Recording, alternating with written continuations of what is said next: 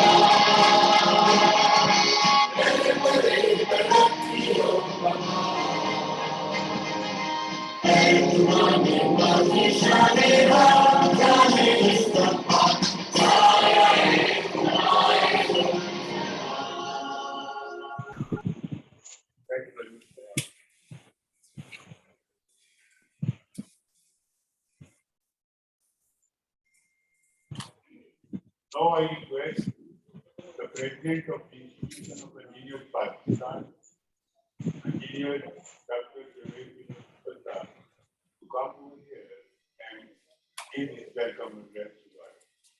Mr. Javed Sultan.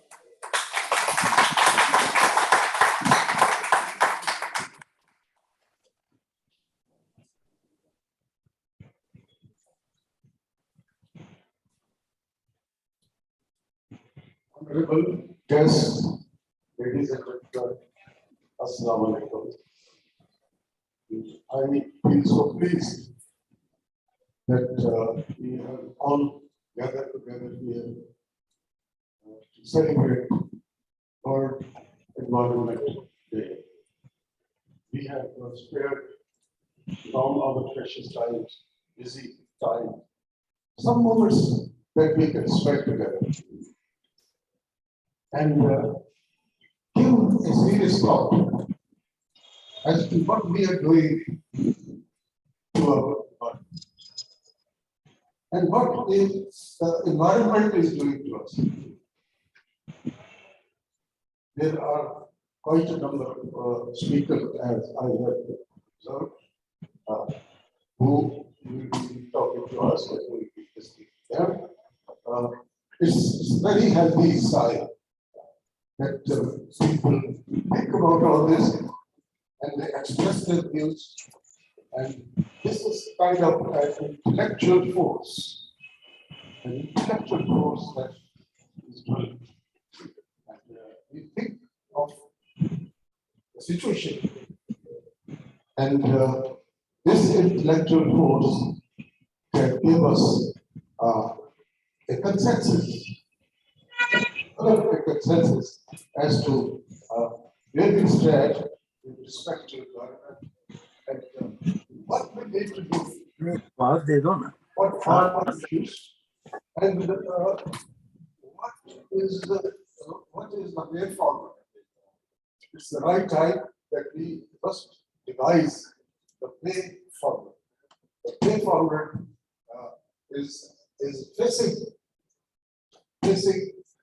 what is coming upon us, and be alert and save ourselves, save our next generations to come.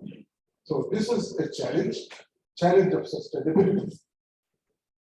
And I'm very pleased that we are here together, and such intellectuals, such solid thinkers, group of people. This is a fighting force, as I say. It's a fighting force. Let us make a consensus of it and speak, and rather shout aloud, so that focus can be given to the issues that we are discussing today. So with these few words, because we have a number of speakers, and it's my request to be short, and let us see how we go along, and listen to others, be good listeners. And there is a question answer, I think. So thank you very much.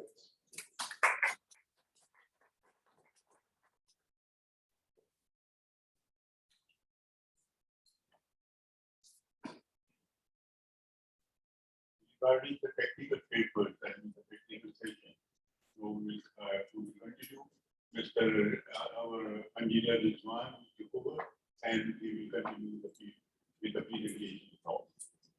Mr. Rizwan.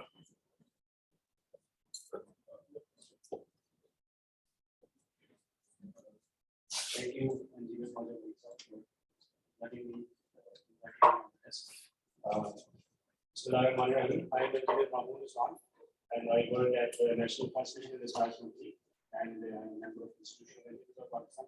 I am quite lucky, and I feel proud that I have the opportunity to work with Dr. Upal and the Institution of Engineers of Pakistan has always played a significant and pivotal role in promoting awareness on issues of national global importance.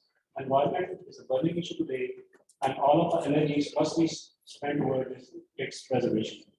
IP has leveraged its platform and resources and gathered professionals and activists to promote the cause of environmental preservation. This year, the global theme of World Environmental Day on 5th of June was Only One Planet. We have got one universe, and there are billions of galaxies in this universe, and in this galaxy is billions of planets. But there is only one Earth which is habitable by the humans.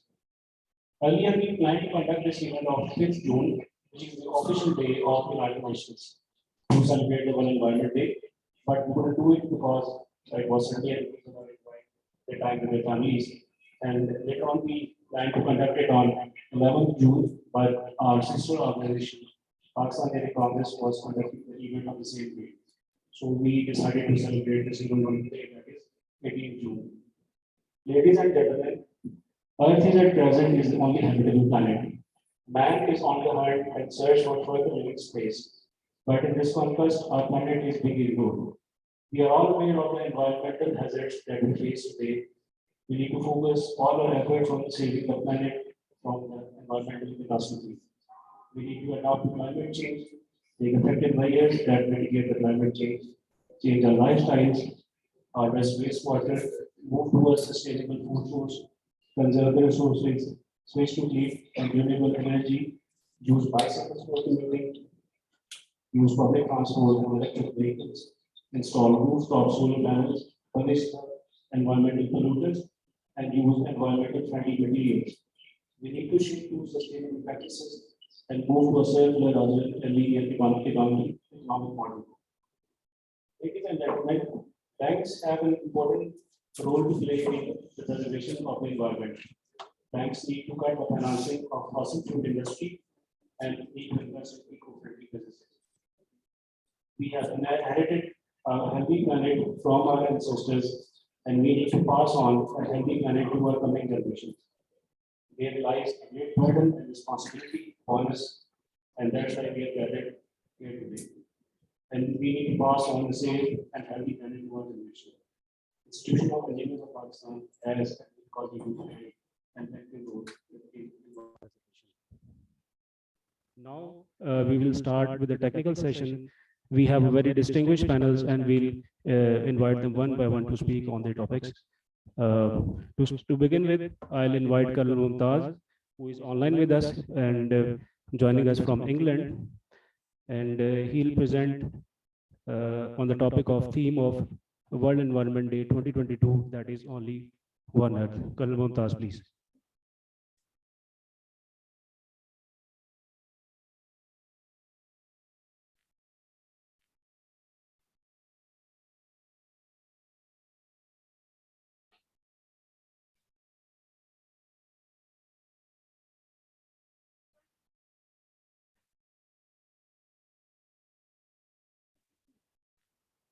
Sir kindly अपना mic unmute करें.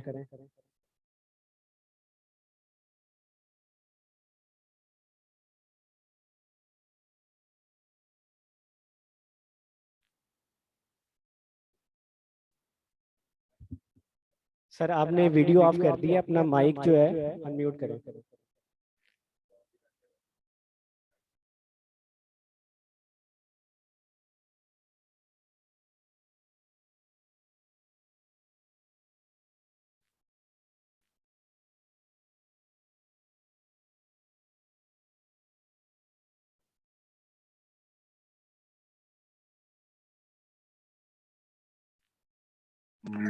बैठे अस्सलाम वालेकुम. मेरी आवाज आ रही है आपको? अस्सलाम वालेकुम. सर आ रही है आपकी आवाज, कंटिन्यू करें. हाँ मेरी आवाज ओके. मैं शुक्रगुजार हूँ डॉक्टर जावेद यूनुस उपल का कि उन्होंने मौका दिया कि मैं आज डिस्टिंग्विश गैदरिंग जो इंस्टीट्यूशन ऑफ इंजीनियर्स पाकिस्तान की है उनसे मुखातब हो सकूं और अपने व्यूज पेश कर सकूं. तो मेरी जो बात होगी वो है world environment day 2022 global national and local thematic environmental agenda. तो मैं बात करूंगा कि जो आज वर्ल्ड एनवायरनमेंट डे का थीम दिया गया है उसके रिलेटेड हम क्या कुछ कर सकते हैं. आप सब लोग इस बात से वाकिफ हैं कि अर्थ, स्काईज और उनके दरमियान सब कुछ पैदा किया गया बिलियन ऑफ ईयर्स पहले ऑलमाइटी अल्लाह ने, और फिर उसके अंदर लाइवलीहुड के मीन्स पैदा कर दिए लोगों के रहने के लिए और उसके ऊपर जितनी भी बायोडाइवर्सिटी है उसके इस्तेमाल के लिए.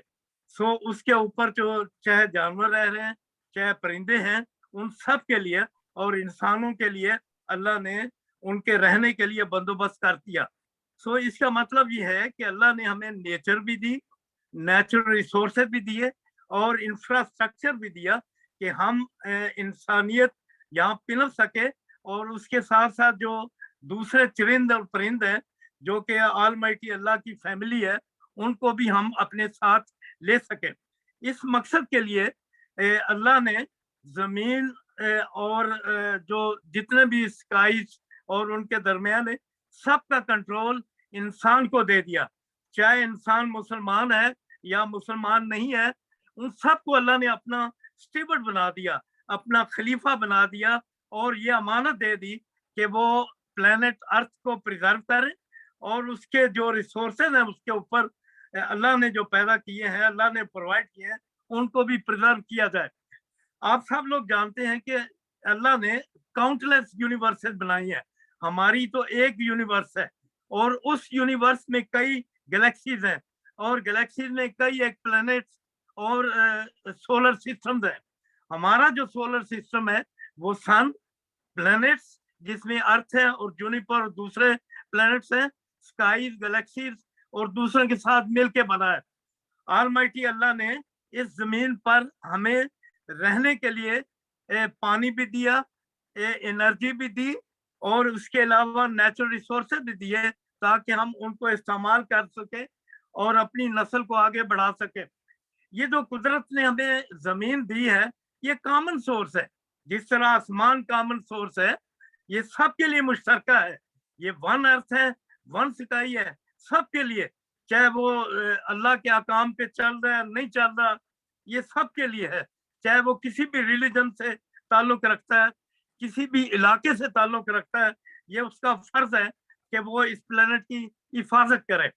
आज का जो हमें थीम दिया गया वो यही दिया गया कि ओनली वन प्लेनेट, और हमने सब ने मिलजुल के इसकी प्रिजर्वेशन करनी है ताकि हम अपने फायदे के लिए इसको इस्तेमाल कर सके और आइंदा की नस्लों के लिए इस्तेमाल कर सके। हमें हर चीज का सस्टेनेबल यूज करना है। इसके ऊपर आपने देखा है कि अल्लाह ने हमें बायोडाइवर्सिटी दी जिसकी करीबन 13 से 14 मिलियन स्पीशीज हैं। इतने सारे एनिमल दिए, परिंद दिए, चौपाई दिए ताकि हम उनको इस्तेमाल कर सकें। इसी तरह हमें इक्वेटिक लाइफ दी गई, मैरीन लाइफ दी गई, टेरेस्ट्रियल लाइफ दी गई और अर्थ के जो मुख्तलिफ हिस्से हैं, जिस तरह 7 आसमान है, इसी तरह आपने देखा कि अर्थ भी 7 चीजों पे मुश्तमिल है। वो इनर कोर है, मेंटल है और बाकी इस तरह हिस्से हैं। आजकल जो चैलेंजेस है हमें वो सबसे अहम है, क्योंकि इस वक्त दुनिया में इंडस्ट्रियलाइजेशन मैक्सिमम है। उसके तहत जो पोल्यूशन है, चाहे वो वाटर की पोल्यूशन है, एयर है, नॉइज है, वो मैक्सिमम जा रही है। इसी तरह आपने देखा कि इसी पोल्यूशन की वजह से ये जो गैसेस पैदा हो रही हैं, ग्रीन हाउस गैसेस, उनकी वजह से अर्थ का टेम्परेचर बढ़ रहा है और क्लाइमेट चेंज मैक्सिमम हो रही है। इसी क्लाइमेट चेंज पे आपने देखा कि रिसेंटली यूके में कॉन्फ्रेंस भी हुई थी ग्लासगो में, और उससे पहले कॉन्फ्रेंस हुई थी पेरिस में। तो इस वक्त हमने दुनिया के टेम्परेचर को 1.5 डिग्री से ज्यादा नहीं बढ़ने देना। तो इस सिलसिले में हमारा बहुत रोल है। आप सब लोग वाकिफ हैं कि ये जो वर्ल्ड एनवायरनमेंट डे पहली दफा 1974 में मनाया गया। उससे पहले एक वर्ल्ड कॉन्फ्रेंस हुई थी एनवायरनमेंट पे स्टॉकहोम में, स्वीडन में। उसके बाद फिर जनरल असेंबली यूनाइटेड नेशन थी, उसने ये तय किया कि इसको हर साल मनाया जाए और हर साल एक थीम दिया जाता है जिसके इर्द गिर्द ये चलता है। अभी जो हमारे चैलेंजेस हैं वो इस वक्त आपने देखा है कि जमीन को तहस नहस किया जा रहा है, जमीन को पोल्यूट किया जा रहा है, जमीन की जो साख्त है उससे दरख्त को हटाया जा रहा है। जमीन के अंदर आपने देखा है कि पानी के रिसोर्सेज को गलत इस्तेमाल करके एग्रीकल्चर को भी खत्म किया जा रहा है। आपने देखा हाउसिंग सोसाइटी ज्यादा ज्यादा बना के उसको तबाह बर्बाद किया जा रहा है। जंगल खत्म करके हम जमीन को एक्सपोज कर रहे हैं, जिसकी वजह से इसका और नुकसान हो रहा है। तो इन हालात में आपने देखा कि हमारी जिम्मेदारियां बहुत बढ़ जाती हैं। हमने ग्लोबल लेवल पे, नेशनल लेवल पे और इंडिविजुअल एक्शन हमें करने होंगे ताकि हम इस जमीन को प्रिजर्व कर सकें और इस प्लेनेट अर्थ को हेल्दी बना सकें रहने के लिए, इंसानों के लिए और दूसरी जो अल्लाह की फैमिली है, जो चरिंद परिंद इस पे रह रहे हैं। तो ये मसला एक नस्ल का नहीं है, ये मसला एक मजहब का नहीं है, ये एक मसला एक नस्ल का नहीं है, बूढ़े का नहीं है, जवान का नहीं है, ये सबका मसला है। चाहे वो किसी खित्ते में रह रहे हो, मर्द हो या औरत हो, उन सब का फर्ज है कि जो हमें रहने के लिए जगह मिली है, ये जो अर्थ है, उसकी हम हिफाजत कर सके और उसको प्रिजर्व कर सके। आपने ये देखना होगा कि हमने कलेक्टिव एक्शन लेने होंगे। हमने इंडिविजुअल एक्शन लेने होंगे, हमने कारपोरेट लेवल पे एक्शन करने होंगे। ये इंडिविजुअल अगर आप देखें तो ऐसी हरकत ना करने दें कि जिससे हम एनवायरमेंटली होस्टाइल एक्टिविटीज में हिस्सा लें। मिसाल के तौर पे एज इंजीनियर अगर हम डिजाइन कर रहे हैं किसी बिल्डिंग को, रोड्स को, इंफ्रास्ट्रक्चर को, तो हम उसको एनवायरमेंट फ्रेंडली डिजाइन बनाएं और जब हम इम्प्लीमेंट करें उस वक्त भी उसको एनवायरमेंटल लॉज के तहत उसको मुकम्मल करें। फिर आपने देखा कि आपने जब भी इन्वेस्टमेंट करनी हो तो ऐसी कंपनीज में इन्वेस्ट करें जो क्लाइमेट चेंज को खराब ना करें। और जब फर्ज करें आप पेंशनर हैं तो ऐसी पेंशन आप किसी जगह आप इन्वेस्ट करें जो एथिकल हो, अनएथिकली ना करें। और ऐसे इंडिविजुअल अपने एक्शन लें, मिसाल के तौर पे अपना लाइफस्टाइल सादा रखें और नेचुरल रखें। आप जितना आर्टिफिशियल करेंगे, जितने फैशन अडॉप्ट करेंगे, तो आप देखेंगे कि आप वेस्ट ज्यादा से ज्यादा पैदा करेंगे। जब आप वेस्ट ज्यादा से ज्यादा पैदा करेंगे तो नुकसान होगा। इस बात से हमें सब लोग को चाहिए कि ऐसे प्रोजेक्ट बनाएं, ऐसे उनको इम्प्लीमेंट करें कि उनमें जीरो वेस्ट पैदा हो। जीरो वेस्ट पैदा होगा तो हमें उस पर एक्शन नहीं लेना पड़ेगा। सो आप हर चीज को ग्रीन करें। आपका होम ग्रीन होना चाहिए, उसमें जो बिजली का इस्तेमाल है वो सही हो, उसमें रहने वाले लोगों को कंफर्ट मिले, आपका जो ऑफिस है वो ग्रीन हो, आपकी फूड ग्रीन हो, आप किसी को गिफ्ट कर रहे हैं तो वो ग्रीन गिफ्ट हो। और ऐसी एक्टिविटीज में ना हिस्सा लें जिससे कार्बन जनरेट हो, और अगर कार्बन जनरेशन होती है तो मिनिमम कार्बन की तरफ जाए। और ये ख्याल रखें कि जिस तरह ये आप इंफॉर्मेशन टेक्नोलॉजी के इंटेलिजेंस में जाते हैं, इसी तरह आप कार्बन इंटेलिजेंस में भी जाएं। जहां तक कारपोरेट एक्शन का ताल्लुक है, आप सब लोग जानते हैं कि हमारी जो इकोनॉमी है, हमारे बिजनेसेस हैं, हमारे बैंकिंग है, हमारे फूड सिस्टम है, हमारे केयर एंड हेल्थ है, हॉस्पिटल्स है, एग्रीकल्चर है, इन सबको एनवायरमेंट फ्रेंडली होना चाहिए। ऐसा इनमें सिस्टम करें कि ये मिनिमम वेस्ट जनरेट करें, उनसे फायदा ज्यादा मिले और एनवायरमेंट कैरिंग कैपेसिटी को नुकसान ना पहुंचे। हम सब लोगों को मिलके एनवायरमेंट फ्रेंडली और क्लाइमेट चेंज के खिलाफ नहीं जाना चाहिए। ऐसी एक्टिविटीज करें, ऐसा एग्रीकल्चर करें, ऐसा इरिगेशन सिस्टम करें, ऐसा हमारा इरिगेशन का सिस्टम करें जिससे मिनिमम लॉस हो और जिससे मिनिमम जनरेशन ऑफ गैसेस हो। ये तो ग्रीन हाउस गैसेस है। इसी तरह आपने देखा कि हमारे सामने बहुत चैलेंजेस हैं। हमें चाहिए कि हमने जो 350 मिलियन हेक्टेयर फॉरेस्ट है उनको 2030 तक रेस्टोर करना है एट ग्लोबल लेवल। इसी तरह जो कटाई हो रही है 7-8 billion hectare of forest per year, उसको खत्म करना है। इसी तरह हमने देखना है कि जो कार्बन रिलीज होती है उसकी स्टोरेज का भी बंदोबस्त किया जाए। तो ये सब एक्शन हमने मिलजुल के लेने हैं।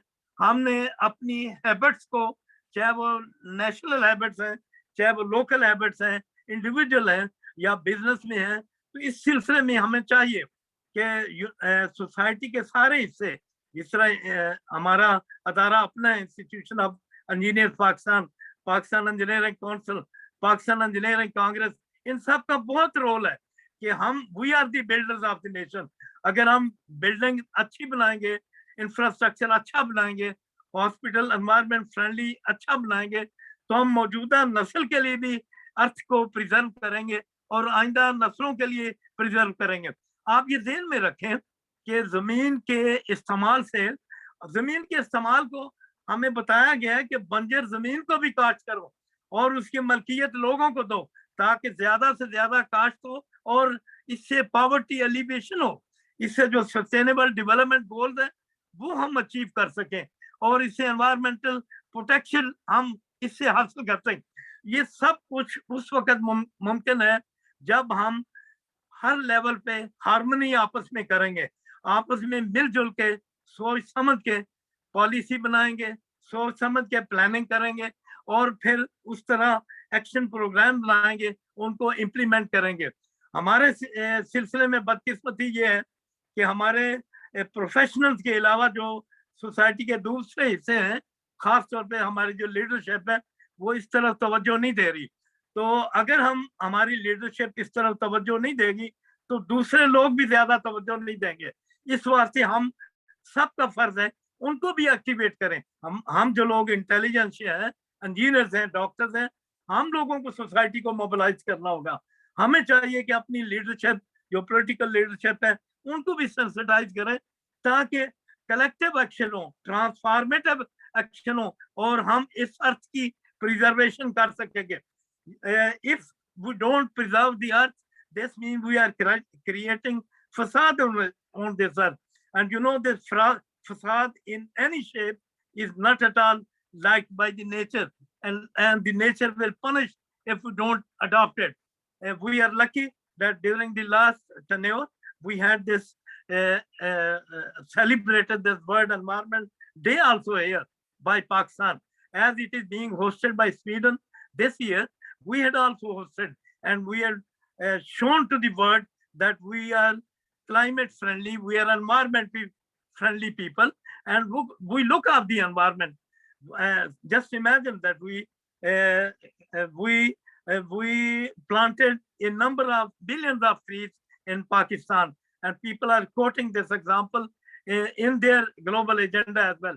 So it is a message from our side, from the engineering community, for the engineers and other segments of the society, that we participate in local actions, as well as actions by the local authorities, by our provincial authorities, by our union councils, by our district councils, as well as at the national level, so that we come to the conclusion of the global agenda for the betterment of this earth and preservation of this earth for the entire humanity.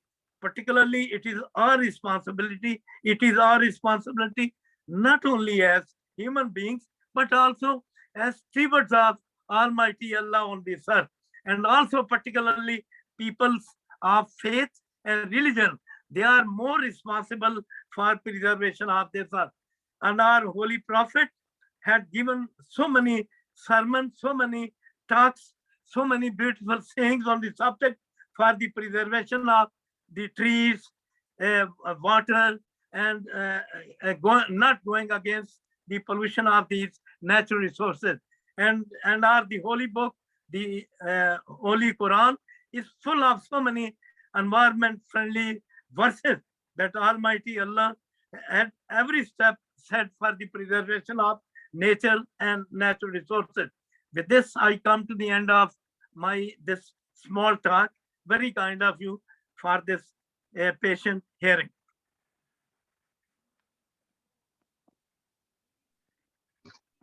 जी अस्सलाम वालेकुम जी।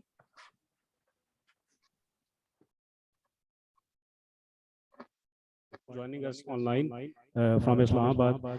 Just to give you people a brief introduction, she is an architect by profession and CEO of Imrana Timana and Associates, and she has played a very important role in the preservation of environment architectural heritage of Lahore. She had an emergent engagement and had to go to Islamabad, and very kind to participate online. Thank you, madam, very much for taking out time out of your busy schedule.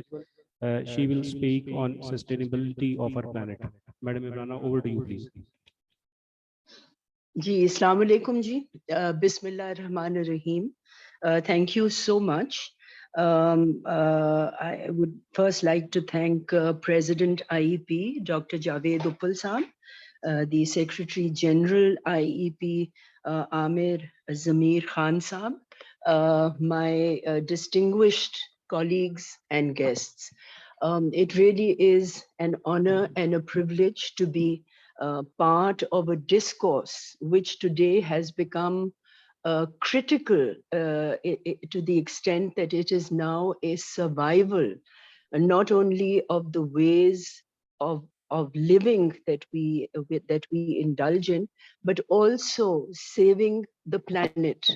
I think ये सबको मालूम है कि हम बहुत सारी जगहों पे अब एक रेड इमरजेंसी जोन में आते चले जा रहे हैं. Pakistan is already in the red zone for water scarcity, And if we look at the global mix, but if we look at the mix in Pakistan relating to environmental issues and their direct impacts on the lives of people, and by lives I mean the health of people and the planet, it is now reaching levels that are totally unacceptable. और हम यहाँ लाहौर में बैठ के हम सबको पता है कि दुनिया हमारी बहुत बड़ी है, लेकिन इसमें लाहौर को ये एजाज मिला मोस्ट पोल्यूटेड सिटी का, जो दिल्ली के साथ इंटरमिटेंट हम देखते रहे हैं.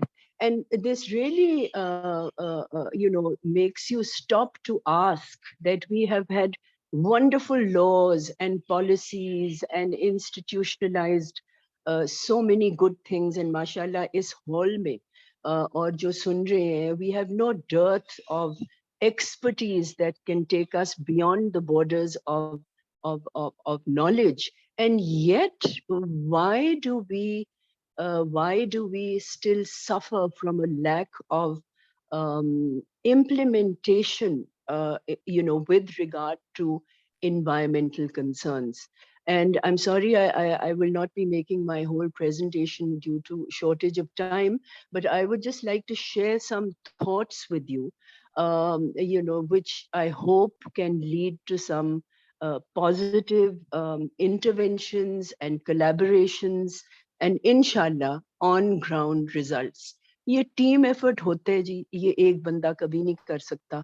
और माशाल्लाह मैं समझती हूँ कि हमें अल्लाह ताला ने यहाँ पे जो भेजा उसकी ये एक बहुत इम्पोर्टेंट कंपोनेंट है हमारे हकूक व फ़राइज़. और ये हकूक अल्लाह और हकूकुल इबाद जो हैं, जहाँ पे अल्लाह ताला ने हमें ये तौफीक दी, all of us are professionals here. And I think that it is our responsibility as good human beings and professionals to now make a very concerted effort to move beyond the committees that we make and the laws and the bylaws and the master plans, but to now, I mean, I'm saying that I'm part of the Lahore Master Plan Committee. And I can tell you that पिछले 30 साल से ये एक कसीदा चला हुआ है इस चीज के ऊपर, और हम देखते हैं कि overlapping interventions चली आती हैं.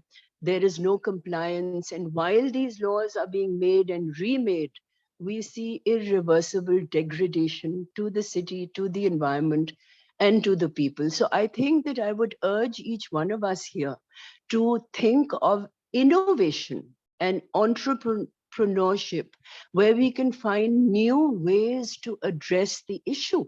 देखें, पहिया तो बना हुआ है, सब कुछ मौजूद है, but उसको फाल बनाने के लिए हमें अब फर्क तरीके इजाद करने पड़ेंगे. और I would really urge the IEP to take on board a group now who can sit as a small think tank, to figure out कि ये चीजें हमने किस तरीके से आगे on ground इसके impacts लेके आने.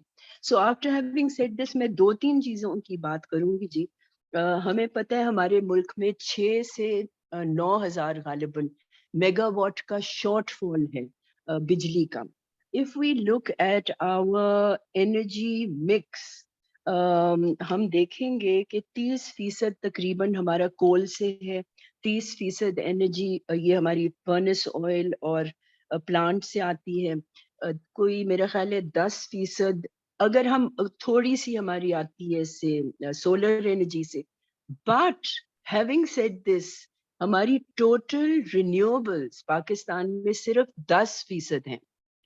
एंड इन 10% के अंदर हमारी इक्विलिब्रियम नहीं है in terms of how they are being road mapped or transitioned or implemented. So I would like to give you the example of Germany, for instance. आप सबको पता है कि पिछले 2 साल में जर्मनी ने ये फैसला किया कि कोल प्लांट्स खत्म कर देंगे. अब उन्होंने क्या किया? This was a great decision. सारों ने कहा जी जबरदस्त, ये तो बहुत एनवायरनमेंट के लिए अच्छा है.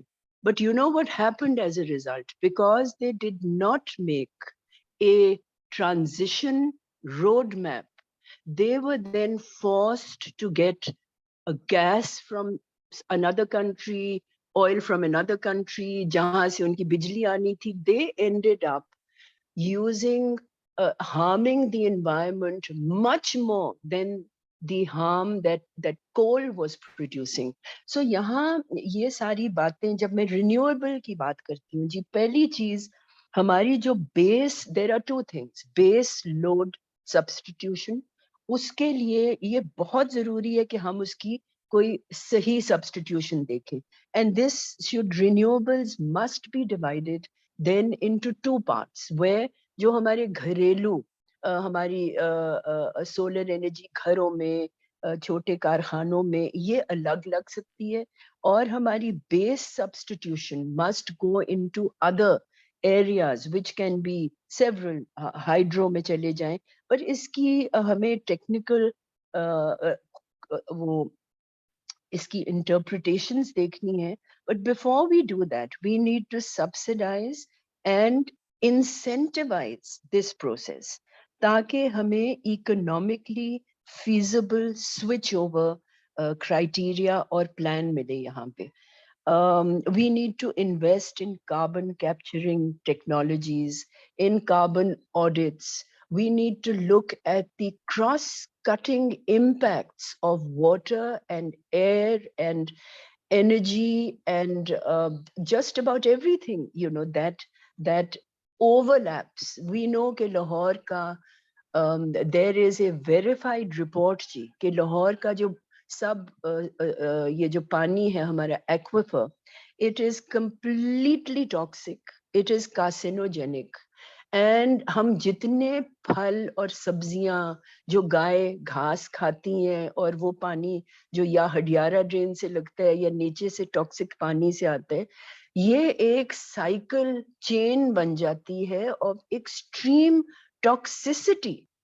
Because when we are doing this, हमारा खाना पीना, पानी, दूध, सब्जी, सब कुछ उससे इम्पैक्ट होती है. And at the end of the day, if we are here to improve the planet, then what are we doing to the cycle of degradation? I just wanted to share these small things with you. यहाँ पे जो हमारी domestic use है, उसमें मोहल्लों में और घरों में हम बहुत सारी माइक्रो लेवल पे काम कर सकते हैं. हमारी जो पॉलिसीज बनी हुई हैं, ये मैं एनर्जी की बात कर रही हूँ. Now let's look at some of the very, very good policies that have been made in the last few years. For example, the e-vehicle policy. We know that 70% of the pollution in Lahore is due to emissions, right?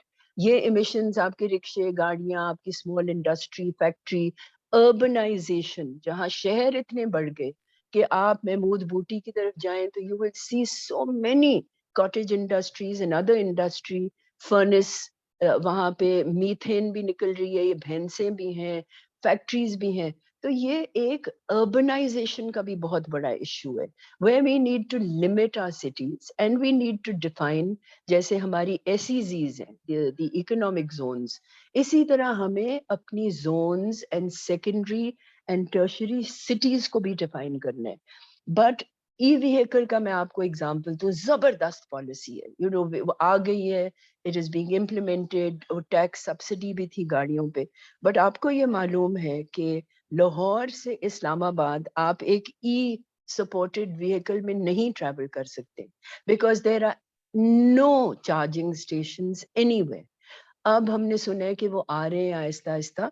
तो ये वो चीजें हैं जिनको तरजीह देने की जरूरत है, that before we bring a policy or a system in, we need to have covered the entire target track, कि हमारा गोल क्या है, इसमें कौन से parameters हैं जो हमें डालने पड़ेंगे simultaneously so that this system works. Now I'll give you another example of the metro train. When the metro train came in, you know that it went to $4 billion US, which is more than the budgets of of Sindh and Balochistan together, more than the annual budgets. This was one project for one city, serving less than 1% of the population. But having said that, there is nothing wrong with metro trains. They're very, very good. But you cannot ad hoc, एक ad hoc basis पे आप चीज ले आते हैं, उसके कोई connectors नहीं थे, उसकी कोई, जब आप उतरते हैं, there should be a connector system. कि कोई वैन है, कोई बस है, कोई parking area, there's absolutely nothing. So ये वो less than 1% को फीड करता जा रहा है. इसकी सब्सिडी कॉस्ट टिकट की अगर आपको पता चले तो it is unthinkable. And then it is a loan, and most of this $4 billion is going back to China. हमें तो इसके अंदर से कुछ मिल नहीं रहा है. Whilst it has completely ruined in the overhead track the city of Lahore, which is a historic city, which as we knew it. So I just am bringing these up because I want to share with you and would like to urge all of you and all of us to come together to really look at things in a much more focused and detailed manner before एक हमारी system में ना जी एक adhocism आ गई है. And this adhocism will destroy us. We are in the worst recession already. हम सबको पता है आज क्या हुआ है हालात यहाँ पे. तो इसलिए मेरे ख्याल में जी ये बहुत ही I would like to congratulate Dr. Javed Uppal Saab and the IEP for having this event on the environment, which is so needed. And I think that the engineers have a critical role to play in this. Engineers के बगैर जी हम कुछ नहीं कर सकते. जैसे हम कभी-कभी कहते हैं हम वकील के बगैर कुछ नहीं कर सकते क्योंकि कानून नहीं होगा तो उसकी इम्प्लीमेंटेशन या उसकी कंप्लायंस नहीं होगी. मगर मैं समझती हूँ कि वकीलों का, आप लोगों का इतना ही जरूरी रोल अब आ गया है और जिम्मेदारी आ गई है जी. And I would just like to end by saying that I look forward to engaging with the IEP for taking sustainable, implementable action on the things that I have talked about और जो बाकी भी बात करेंगे. और इसके लिए मैं propose करना चाहती हूँ डॉक्टर साहब कि अगर आप एक देख लीजिए how you want to do this, but I would want कि जो हम इकट्ठे हुए हैं आज, we should sit together and we perhaps should make a small think tank, give ourselves timelines and a target and a deadline कि हमने इस आती हुई ये जो एक क्या कहना चाहिए क़यामत तो मैं नहीं इस्तेमाल करना चाहती because we are here to resolve that, but things are very, very bad. And if we continue with the state of the environment as we see it today, there is going to be a point of no return, for us.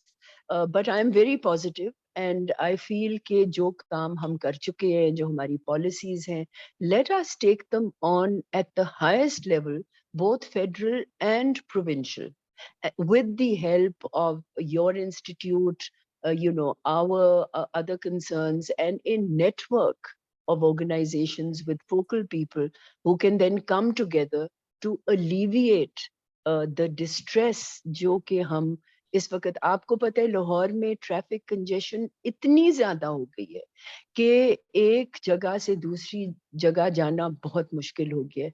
Petrol इस हद तक पहुंच गया है, public transport है नहीं, पानी के अंदर हमारे we know that there is ये कौन सा poison होता है, arsenic and lead and so many other things in the water we drink. चले हम तो पी लेते हैं mineral water, but 80 to 90% तो नहीं पी सकते. और मैं तो सिर्फ लाहौर की बात कर रही हूँ. We need to look at all of Pakistan and try and alleviate with immediate measures and then of course more sustainable measures. Or inshallah, thank you so much for affording me the time to share my thoughts with you.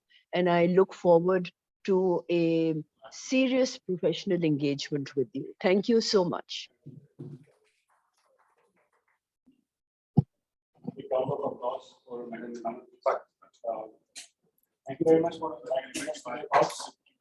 इंशाल्लाह मैं आपको बात करना चाहता हूँ कि नहीं रुकेंगी, आपकी जो भी सजेशंस हैं इंशाल्लाह हम ये कंसर्न क्वार्टर्स में पहुंचाएंगे। और मैं डॉक्टर साहब से रिक्वेस्ट करूंगा सर, हम एक वर्किंग ग्रुप इसके ऊपर बनाएंगे जिसमें हमारे जितने भी स्पीकर्स हैं और मैडम की खासतौर पर जो सजेशन हैं उनके ऊपर मिल के सर काम करें। और इंजीनियर्स का इसके ऊपर बहुत बुनियादी रोल है एनवायरनमेंट की प्रिजर्वेशन के अंदर।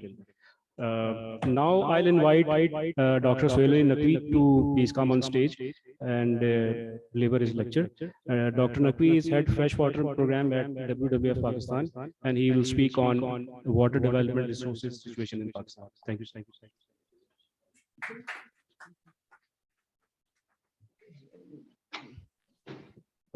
Ji, Bismillahirrahmanirrahim. Respected guests, honorable audience, Assalamu alaikum.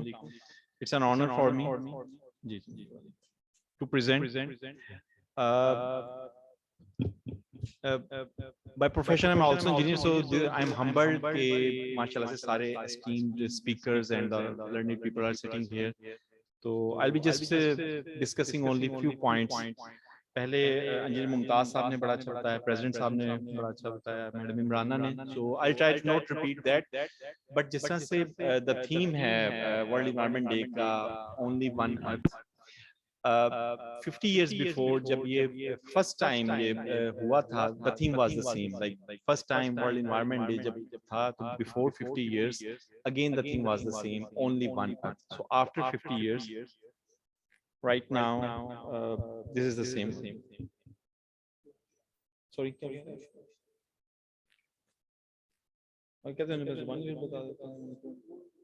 yep. अच्छा, जिस तरह से बात की, last decade there was a research, because I represent the WWF being the largest environmental conservation organization of the world, and in Pakistan we also play one of the largest environmental organization. So in the last decade, actually, there was a research where from the different sectors, the data was compiled globally, and they came up how many resources we need. They named it as the how much ecological footprint of this earth is. So there were all details about that. लेकिन उसमें एक चीज बड़ी interesting थी जिसके ऊपर आजकल काफी डिबेट हो रही है about the resources के हवाले से, कि इकोलॉजिकल फुटप्रिंट की अगर हम बात करें, we need 1.67 और 1.7 अर्थ, जितना हमने खुद को एक्सपेंड कर लिया है टू यूटिलाइज, कि हमें 2 जमीनों की जरूरत है, 2 अर्थ resources. What is our, the style, the luxury style by which we are living in this world. So we need to move into that way. So that's why there has been a discussion in the United Nations different forums, how to reduce your footprint, mitigation and adaptation के हवाले से, and how we can move on. चलें, I can just speak only. I do have presentation, लेकिन unfortunately I don't know whether there was some technical glitch. Apologies for that. So that's why my presentation wasn't copied. The water resources, I chose the topic just to share some of the researches or some of the findings with you. I can share the presentation with the IEP later, and they can share with all the audience and the participants. Everybody knows Pakistan's economy revolves around the agriculture. We are agro-based economy, and water is one of the major raw material. Either we talk about the agriculture, about the industry, about the domestic, like in every sector, water plays a vital role. We are blessed. We do have resources. एक figure आ रही है National Conservation Strategy since 1993 से, कि पाकिस्तान के अंदर 139 million acre feet पानी है, and something like that. I will not go into that detail how the distribution is, but there has been again discussion on the efficiency, like how much water on ground is taken by the farms. Another important issue, एक तो ये exploitation के हवाले से आ गया कि हम अपने resources को agriculture में surface water को किस तरह से utilize कर रहे हैं. The second important issue is about the groundwater exploitation, because this is something at that time when National Conservation Strategy for the first time, at that time the data was gathered, और उन्होंने बताया जी कि 45 million acre feet या 60 billion cubic meter उससे पानी जो था वो use होता था, and unfortunately now we have crossed that limit. अभी 55 million acre feet plus जो है हम अभी पानी जो है from the groundwater we are extracting. So that's why one of the reasons in the metropolitan cities, which Ma'am Imrana also mentioned, we are actually at the alarming stage. Lahore is an example. Yes, the government is taking different steps, but still the issue is there. There are hotspots due to over abstraction. We are hitting the, at the ground level. So that's why the wastewater, which is also contributing from the surface water, from the river Ravi and from the drains, it is mixed with the shallow water, and unfortunately that water is not drinkable. Similarly, if we talk about the other issues, the wastewater treatment systems, we don't have combined effluent treatment systems. Unfortunately, in Pakistan, only a few cities, they do have, like Islamabad, Faisalabad, Karachi. In Karachi, the industrial states have, but still their performance is also another question, because we used to copy the European style state-of-the-art treatment system, and then we try to, install those systems. But those are highly capital intensive, as well as the energy cost is quite high that we can't afford a country like Pakistan. If we take all these into the scenario, I had some graphs from the latest World Bank report, Dr. Bill William Young. So we also contributed in that report. I was also one of those persons who contributed into that report. Which is about the Pakistan's water, how much we are getting from that. There are clear graphs, like our per dollar investment on the crops production is quite higher. Like if we talk about the per liter of the water, what is the productivity? If we compare with our neighboring countries, we are 10 to 30 times lower. This is the big range, because it varies from the for the Punjab province, it varies from for the Sindh province and the other provinces as well. So the question is, we need to come up from that orthodox mindset, like 4 cash crops or 5 cash crops. We are conventionally, utilizing water, surface flood irrigation water into those crops. But there is a lot of opportunity for the other crops. We need to see from our neighboring countries, from the other Asian countries, how they are growing. The same is the case with the businesses. Like Pakistan is having a big area covered under the cotton. But now the world is moving from the cotton to the other crops as well. If we talk about the textile, like this is something, the recycled fabric, and even right now, the good thing is in Pakistan now the research is going on, the alternate fibers, organic fibers. Banana fiber, which is now used for the textile manufacturing, which it's at the research level, but yes, this is something which will be, complementing our existing cotton fiber research. So this is something, the engineers are doing. Similarly, the other crops, they are contributing, how we can take that into the research. So in a nutshell, I just want you to flag that, or my humble submission were, we do have resources. We do have 43-kilometer long, the glacier belt. But the only thing is how to utilize that.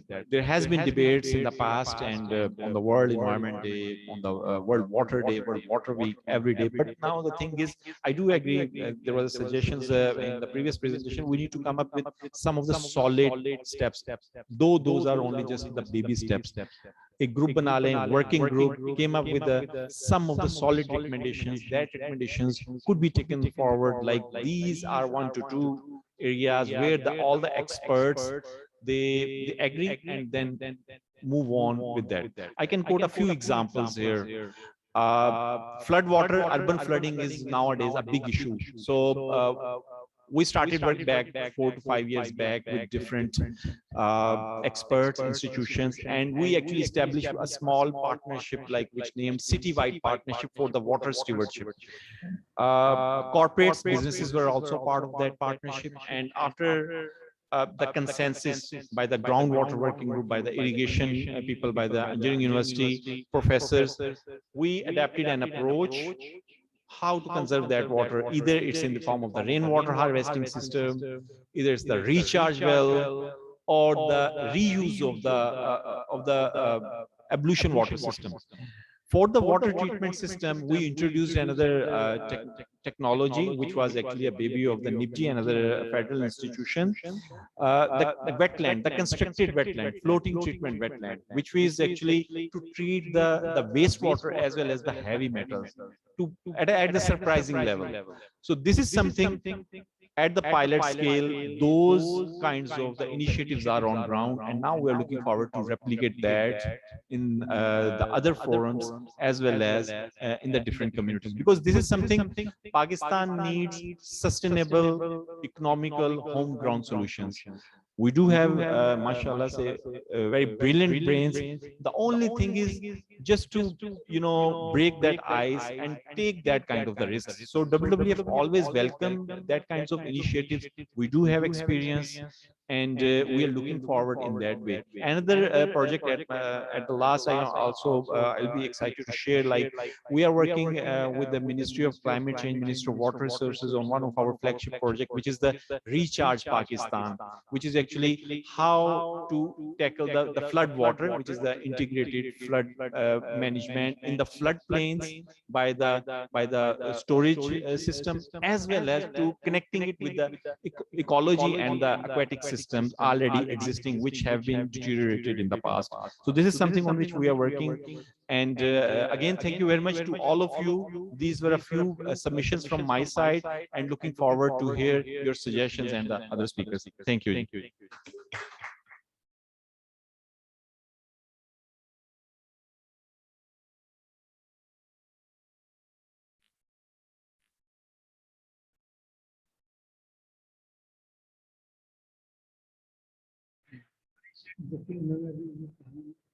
जो हमें चाहिए sustainable स्टोरेजेबल system चाहिए, ये India कर रहा है। बारिश का पानी यहाँ भी आज कितनी बारिश हुई। Sir, हम इसको conclude करें इंशाल्लाह. I'll request all of the speakers who are in line waiting for their speech to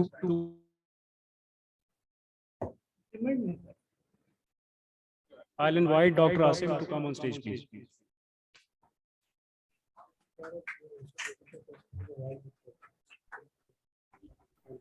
नहीं ऑलरेडी हुआ मेरा, लेकिन ये नहीं, मेरा ख्याल कुछ हमें वो दोनों को रख के ब्लूटूथ के साथ कुछ करना पड़ेगा। आई डोंट थिंक सो बार-बार आजकल की टेक्नोलॉजी इस तरह की नहीं है कि एक डिवाइस दूसरी डिवाइस को जाने के बाद ऐसे बाकी सारी चीजें हो गई। ये बस मसला है।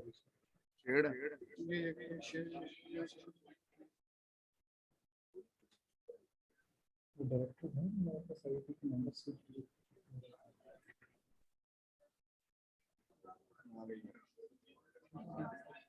प्रेजेंटेशन अभी से चेंज अस्सलाम वालेकुम जी। अस्सलाम वालेकुम। अच्छा, आई एम वेरी सॉरी, वाकई कूलिंग तो नहीं है यहाँ पर, लेकिन सिर्फ 5-7 मिनट मुझे दीजिए। That would hurt you.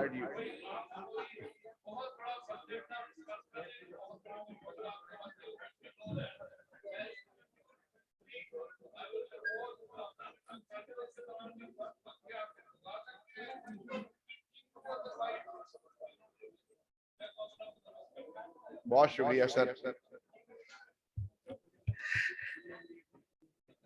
हाँ, मैं ये रिक्वेस्ट करूंगा जिन्होंने ब्रेक करनी है जरूर ब्रेक कर लें, और क्योंकि मैंने भी ब्रेक करनी है सर। अच्छा आइए सर, मैं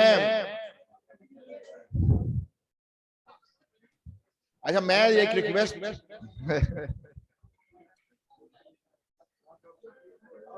अच्छा सर, अच्छा मैं सिर्फ मैंने को प्रेजेंटेशन नहीं करनी, मैंने प्रेजेंटेशन बंद कर देनी है, और मैंने सिर्फ बात ये करनी है। हाँ, मैं ये बात करूंगा कि जब हम लोग छोटे थे तो हम पार्क्स में जाते थे और हमें प्यास लगती थी, तो हम पाइप के साथ, जो पार्क में पाइप होता था ना जिससे पानी देते थे वो ग्रास को, उसके साथ पानी पी लिया करते थे। मेरा एक सवाल है आप लोगों से कि क्या हम अपने बच्चों को आज अलाउ करेंगे ये काम करने की? नंबर एक। नंबर दो, मैं ना एक दिन ना पानी पी रहा था, तो मैंने एक चीज जो है ना मेरे दिमाग में आई, वो दिमाग में आया कि पानी का फॉर्मूला H2O है, कि हाइड्रोजन के 2 एटम और 1 एटम ऑक्सीजन का। हाइड्रोजन वो गैस है जो जलती है खुद, और ऑक्सीजन वो गैस है जिसके बगैर कोई चीज जल नहीं सकती। और दोनों को मिलाकर अल्लाह ताला ने क्या बनाया? अल्लाह ताला ने पानी बनाया है जिसका काम है आग को बुझाना। तो ये है बात के जो दुनिया है पूरी की पूरी, वो एक बैलेंस पे कायम है। और वो जो बैलेंस है वो जब भी डिस्टर्ब होता है तो उसका नुकसान जो होता है वो सिर्फ एक बंदे को नहीं या एक फैमिली को नहीं, पूरी नेशन को और समटाइम्स पूरी दुनिया को देना पड़ता है। जैसे दुनिया के अंदर जो पिछले डिकेज के अंदर जो टेम्परेचर चेंज आई है, उसकी वजह से ग्लोबल वार्मिंग स्टार्ट हो गई। और उसकी वजह से सिर्फ ये नहीं कि टेम्परेचर बढ़ गया, और आज हमें भी जिस तरह साफ बिल्कुल सही फरमा रहे हैं कि टेम्परेचर का इम्पैक्ट आ रहा है, इसके अलावा भी अब जो आगे हमारे साथ हो रहा है उसमें फ्लड्स आ रहे हैं, उसमें अर्थक्वेक्स ज्यादा आ रहे हैं, उसके अंदर क्रॉप्स के अंदर जो यील्ड्स हैं उसमें कमी पेश आ रही है। तो मैं जल्दी जल्दी सिर्फ वो बातें बताऊंगा आपको जो कि पॉइंट्स इंपॉर्टेंट हैं और हम लोगों के समझ में आने चाहिए। 2 लफ्ज हमारे मेरे से पहले प्रेजेंटेशन में इस्तेमाल किए, एक सस्टेनेबिलिटी, दूसरी कैरिंग कैपेसिटी। तो सस्टेनेबिलिटी क्या कहते हैं? सस्टेनेबिलिटी का मतलब सबको पता है, हम सबको, कि हम इस तरह रिसोर्सेज को इस्तेमाल करें कि आगे आने वाली नस्लों को वो रिसोर्सेज वैसे ही मिले। लेकिन ये चीजें कैरिंग कैपेसिटी के साथ भी मैच करनी चाहिए। जैसे सुहेल नकवी साहब ने फरमाया कि जिस तरह हम यूटिलाइज करें रिसोर्सेज को, उसके हिसाब से आप ये देख लें कि हमें 2 अर्थ की रिसोर्सेज चाहिए। अब अगर मैं सिर्फ यूएस की बात करूं तो यूएस 4000 बिलियन किलोवाट आवर बिजली यूज कर रहा है, और उसमें से 20% बिजली कोल से बना रहा है। तो हमें कोल से बनाने में क्यों मना कर रहा है भाई? हमारा भी तो एक हमारी पॉपुलेशन उनसे बहुत कम नहीं है। हमारी पॉपुलेशन उनसे बहुत कम नहीं है। हमारी तकरीबन 22 करोड़ है, उनकी 30-35 करोड़ है, तकरीबन 34 होगी, मैक्सिमम हो गई होगी। तो we are not very far behind from them, but there 20% बिजली which comes from which is produced through coal is I think more than 50 years for us. तो ये चीजें हैं जो हमें अंडरस्टैंड करनी है कि वो चीजों में हम चेंज लेकर आए जिन चीजों की जरूरत है। जैसे सुहेल नकवी साहब ने ये फरमाया कि एग्रीकल्चर के अंदर हम वी आर वेरी पुअर। मैं इंस्टीट्यूट ऑफ वाटर मैनेजमेंट में डॉक्टर सुल्तान की वजह से इंट्रोड्यूस हुआ, और मैं एक दफा उन्होंने मुझे दोबारा भी बाद में बुलाया, और मैं जितने एग्रीकल्चरिस्ट थे उनको अपना पॉइंट ऑफ व्यू पेश कर रहा था। तो जब मैंने पॉइंट ऑफ व्यू बताया तो एंड पे उन्होंने ये बताया कि they are according to themselves 200% inefficient. What a shame. If you know that you are 200% inefficient, चले exaggerate किया होगा by 50% तो 100% तो हो गया ना सर। तो 70 MAF हम पानी जो है तकरीबन 80-90 MAF हम लेके जा रहे हैं एग्रीकल्चर के अंदर। टोटल पानी 145 है, तो 70 MAF लेके जाते हैं हम एग्रीकल्चर के अंदर। तो 70 MAF पानी का अगर हम 100% इनएफिशिएंट हैं तो हमारी एक्चुअल रिक्वायरमेंट 35 MAF हुई, 35 MAF, 35 मिलियन एकड़ फीट हुई। तो वो पानी भी अगर बच जाता है तो we are not going to be water scarce country. We will be the country which will have ample amount of water, but we need to change ourselves. हमें ये भी देखना है कि हमने जो चीजें इस्तेमाल कर रहे हैं वो किस तरह इस्तेमाल करनी है। अच्छा, इसकी एग्जांपल मैं एक और देता हूँ आपको। डेवलपमेंट तो हो रही है ना जी, इंडस्ट्री तो कुछ ना कुछ तो लग रही है। मैं कहता हूँ ग्रोथ रेट 6% है, चलो 6% ही ठीक। आप मुझे ये बताइए कितने % जो वेस्ट वाटर प्रोड्यूस हो रहा है वो ट्रीट हो रहा है? मेरी स्टडी है उसके ऊपर, less than 1%, madam, no, less than 1%, not even 2%, and that less than 1% is also through those companies who are export oriented. This is the size of industry for Pakistan as compared to the whole scenario. मैं presentation बिल्कुल नहीं बता रहा sir, मेरी खुद पसीने आ रहे हैं। So this is the size of the industry, and out of that, this much size, this tiny dot is treating that wastewater only. अच्छा, आर्सेनिक की बात की गई अभी लास्ट टाइम, ये मैडम इमराना टोवाना ने बात की आर्सेनिक की। तो पूरी लाहौर की ग्राउंड वाटर की बेल्ट आर्सेनिक पोल्यूशन से। मेरे अपने घर में मैं आपको, I live in cantt, Nisar colony, जब मैंने पानी का बोर करवाया, क्योंकि पानी के अंदर थोड़ा सा प्रॉब्लम आ रहा था, क्योंकि पुराने घर बने हुए 40 years 50 years ओल्ड, तो मैंने पानी का बोर कराया, तो I found arsenic my self. वो तो इत्तेफाक की बात है कि मेरा काम ही वाटर की ट्रीटमेंट करना है, तो मैंने एक आर्सेनिक फिल्ट्रेशन का बेड लगा दिया, रेजिन वगैरह डाल दिया ताकि आर्सेनिक से निकाल। लेकिन लोगों को तो पता भी नहीं है ये वाली बात का। अच्छा, अब we have short memories as nation, especially those people who are living in Pakistan, जो बाहर चले जाते हैं थोड़े अवेयर हो जाते हैं। मैं बाहर नहीं गया, मैं यहीं का हूं, तो मैं अनअवेयर हूं, लेकिन मेरी क्योंकि फील्ड है इसलिए मैं बता रहा हूं। अगर if you go back by 23 years, तो रिमेंबर कि चक कलां वाला मांगा मंडी के पास एक छोटा सा गांव, उसके अंदर आर्सेनिक पॉइजनिंग का एक इंसिडेंट हुआ। उस आर्सेनिक पॉइजनिंग की वजह से फ्लोराइड के साथ आर्सेनिक मिक्स होने के बाद उसने डिफॉर्मिटी ऑफ बोन्स और बेतहाशा स्किन डिजीज पैदा हुआ, और एक जनरेशन तबाह कर दी। अगर ऐसा इंसिडेंट किसी और मुल्क में हुआ होता तो क्या वो भूलने देते? आप सच बताएं कितने बंदों को ये याद? मैं हाथ उठाएंगे कितने बंदों को याद? 3 बंदों को, 4 5 6 7 आउट ऑफ 100 पीपल माशाल्लाह हु आर इन दिस, 8 में वो भी हैं पीछे बात बैठे, तो आउट ऑफ 100 पीपल 9 हो गए सर। तो आउट ऑफ 100 पीपल, तो 90% of people forgot about the incident. What a shame for us, only because कि वो एक छोटी सी कम्युनिटी, एक छोटा सा गांव था, and in our cities we can have the enjoyment of drinking water from bottles. आपने भी लगाया होगा सर, आईईपी के अंदर यहाँ पर लगा हुआ होगा, आपके डिस्पेंसर होगा, जैसे नेस्ले से या जिस मर्जी कंपनी से आप मंगवाते होंगे। अच्छा, आप जरा दूसरी तरफ चले जाते हैं कि मेरी प्रेजेंटेशन तो आपके पास ही है, बाद में आप लोग अगर मौका मिले और दिल चाहे तो देखिएगा, वरना ना भी देखें कोई मसला नहीं। लेकिन 2 बातें। सबसे पहले example of Singapore. Example of Singapore क्या है कि Singapore has to import water as we import oil, they import water from Malaysia, they pay for the water, they recycle their waste water 3 times और make up water add करते हैं अपने system के अंदर। तो वो इसमें मिसाल दी गई है। दूसरी मिसाल, जब इजराइल, हम इजराइल को नहीं मानते लेकिन मैं मिसाल दे रहा हूं, सिर्फ मिसाल के तौर पर रखें उसको, जज्बाती ना होइएगा। 90% डेजर्टेड लैंड इजराइल के पास था, उन्होंने उसमें से 70% कल्टीवेबल बना दिया, और इस वक्त दुनिया की बेस्ट रिसर्च इजराइल के पास एग्रीकल्चर की। देखें, बुराई तो हम बहुत जल्दी सीखते हैं, अच्छाई क्यों नहीं सीखें भाई? तो थोड़ा सा मैं मुझे समझ नहीं आती। अच्छा, एक बात, हम सारे, आप इंजीनियर्स बैठे हुए सारे, हम लोग इंजीनियर्स और बाकी सारे साइंटिस्ट और केमिस्ट और सारे बैठे हुए, मुझे बताएं आज तक ग्रे वाटर ट्रीटमेंट जो एक बिलियन रुपीस का प्लाजा बना रहा है, उसके लिए मस्ट क्यों नहीं की गई कि ग्रे वाटर की ट्रीटमेंट करनी है? बताएं मुझे।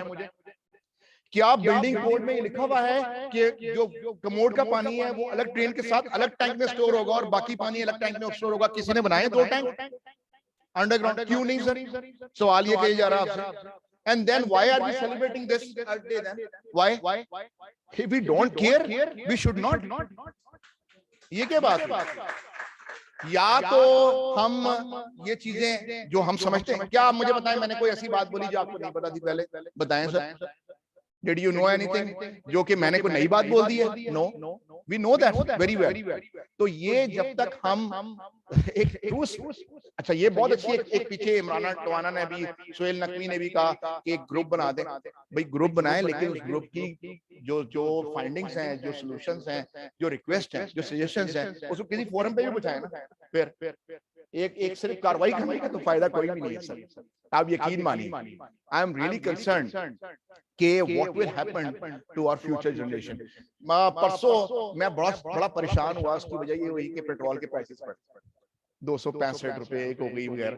आप मुझे बताएं कि इसका हल क्या है? being engineers, being industrialists, being chemists, इसका एक ही हल है हमारे पास, to increase production. There is no other solution to it. If we increase our production in our country, then only we can stop the imports. If you cut off the imports, आप मुझे बताएं sir कि मैं treatment plant design करता हूँ जी, water treatment plant और waste water treatment plant. मुझे बताएं मैं पंप्स कहाँ से लेकर आऊंगा उस लेवल पे? मैं डोजिंग पंप, छोटी सी चीज, डोजिंग पंप कहाँ से लाऊंगा? एक डोजिंग पंप नहीं बनता यहाँ पे। मैं कौन सा डोजिंग पंप इस्तेमाल करूंगा if you ban the import? How would it happen? जब मेरे स्टॉक खत्म हो जाएंगे, मेरा बिजनेस खत्म। अच्छा, फिर आप जाएं हॉल रोड के ऊपर और जो चमन आइसक्रीम वाली लेन है, उसमें सारे बेचारे इंपोर्टर्स बैठे हुए हैं ब्रैकेट्स के वगैरह के। कभी ट्रांजिशन इस तरह होती है? इमरान ने बड़ा सही बोला कि बगैर प्लान किए आप कैसे कर रहे हैं चीजें। ट्रांजिशन कभी इस तरह नहीं होती। और फिर दुनिया का सबसे बड़ा ट्विटर, मैं नाम नहीं ले रहा, आपको बता चुका हूँ, 20% एनर्जी उनकी 4000 बिलियन किलोवाट आवर के हिसाब से 20% कोल से पैदा होती है। एक हेली टेक्नोलॉजी है जिसमें कोल की आप डस्ट वगैरह को अरेस्ट कर सकते हैं और साथ में जिप्सम की बेड लगा कर सल्फर वगैरह को एब्जॉर्ब करा सकते हैं। कोई बड़ी चीजें नहीं है, ये सारे हमें पता है चीजें। थोड़ी सी मेहनत करने की जरूरत है, थोड़ी सी हिम्मत करने की जरूरत है। मैं sir I am really sorry कि मैंने फिर भी टाइम लिया और मैं प्रेजेंटेशन पे बिल्कुल नहीं गया, तो मैं आप लोगों से बहुत शुक्रिया अदा करता हूँ। मैं सिर्फ ये चाहता हूँ कि हमें अगर सोचना है तो सिर्फ सोचना नहीं है, थोड़े से स्टेप लेने के लिए कुछ करना है। Thank you very much sir, बहुत शुक्रिया।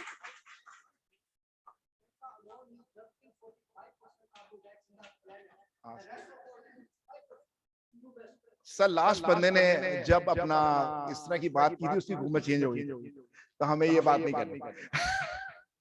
Thank you. Thank you doctor Asim for a wonderful speech. मैं आपको सर ये यकीन दिलाना चाहता हूँ कि ये चीज़ें यहाँ पे नहीं रुकेंगी।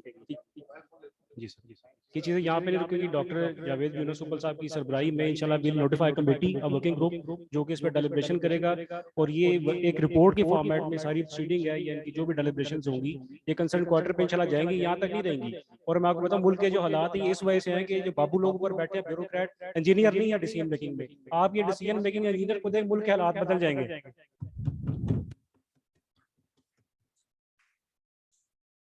Now I'll invite Madam Zile Mariam and Dr. Samia for the presentation.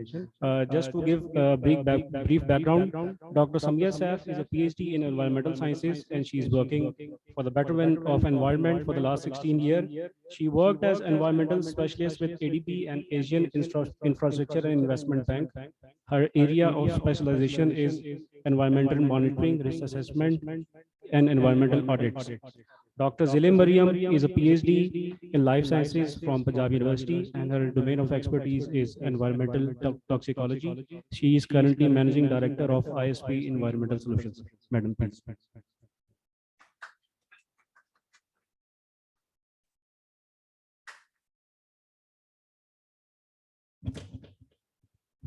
अस्सलाम वालेकुम जी, आपकी इजाजत से सर शुरू करना चाहूंगी।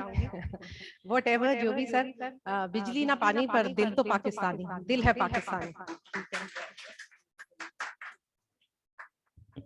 Thank you IEP for giving us the opportunity to talk on this Environment Day. और कोई ऐसी प्रेजेंटेशन है तो सही प्रेजेंटेशन, लेकिन हम प्रेजेंटेशन नहीं, हम चाह रहे थे एक टॉक करने, इसलिए हमने म्यूचुअली डिसाइड किया कि हम दोनों बात करेंगे। हम सब जानते हैं आज एनवायरनमेंट की बात हो रही है, एनवायरनमेंट डे सेलिब्रेट कर रहे हैं। बहुत अच्छी बात की मुमताज साहब ने, सुहेल साहब, इमराना टिवाना, डॉक्टर आसिम, और ये हम ही है माशाल्लाह जो इतनी ऐसी एनर्जी लिमिटेड रिसोर्सेज में, बिजली भी नहीं है, स्वेटिंग हो रही है और बैठे हुए और सुन रहे हैं। एक हमारा बाकी दिल पाकिस्तानी है और इंशाल्लाह हम सब ने मिल के पाकिस्तान की बेहतरी के लिए और इसको बेहतर एनवायरनमेंट बनाने के लिए काम करना है। तो सबसे पहले थोड़ा सा बताऊंगी कि एनवायरनमेंट की मूवमेंट दुनिया में जब जैसा शुरू हुई तो रेचल कार्सन जो थी एक मरीन बायोलॉजिस्ट थी और पोएट भी थी, राइटर भी थी। उन्होंने सबसे पहले 1962 में आइडिया दिया जी कि उन्होंने एक बुक लिखी जिसका नाम था साइलेंट स्प्रिंग, उसके नाम से। और साइलेंट स्प्रिंग जैसा कि नाम से पता चलता है, ऐसी बहार जिसमें खामोश बहार। और आप इमेजिन करें कि कोई खामोश बहार को आप इमेजिन कर सकते हैं किसी खामोशी के बगैर। तो असल कॉन्सेप्ट क्या था उनका, आइडिया ये था, हालांकि वो बायोलॉजिस्ट थी और लेकिन राइटर थी, उनका ये आइडिया था 1962 में, और जिसके बाद ट्रिगर हुई एक एनवायरमेंटल मूवमेंट और अवेयरनेस जो थी वो शुरू हुई 1962 में।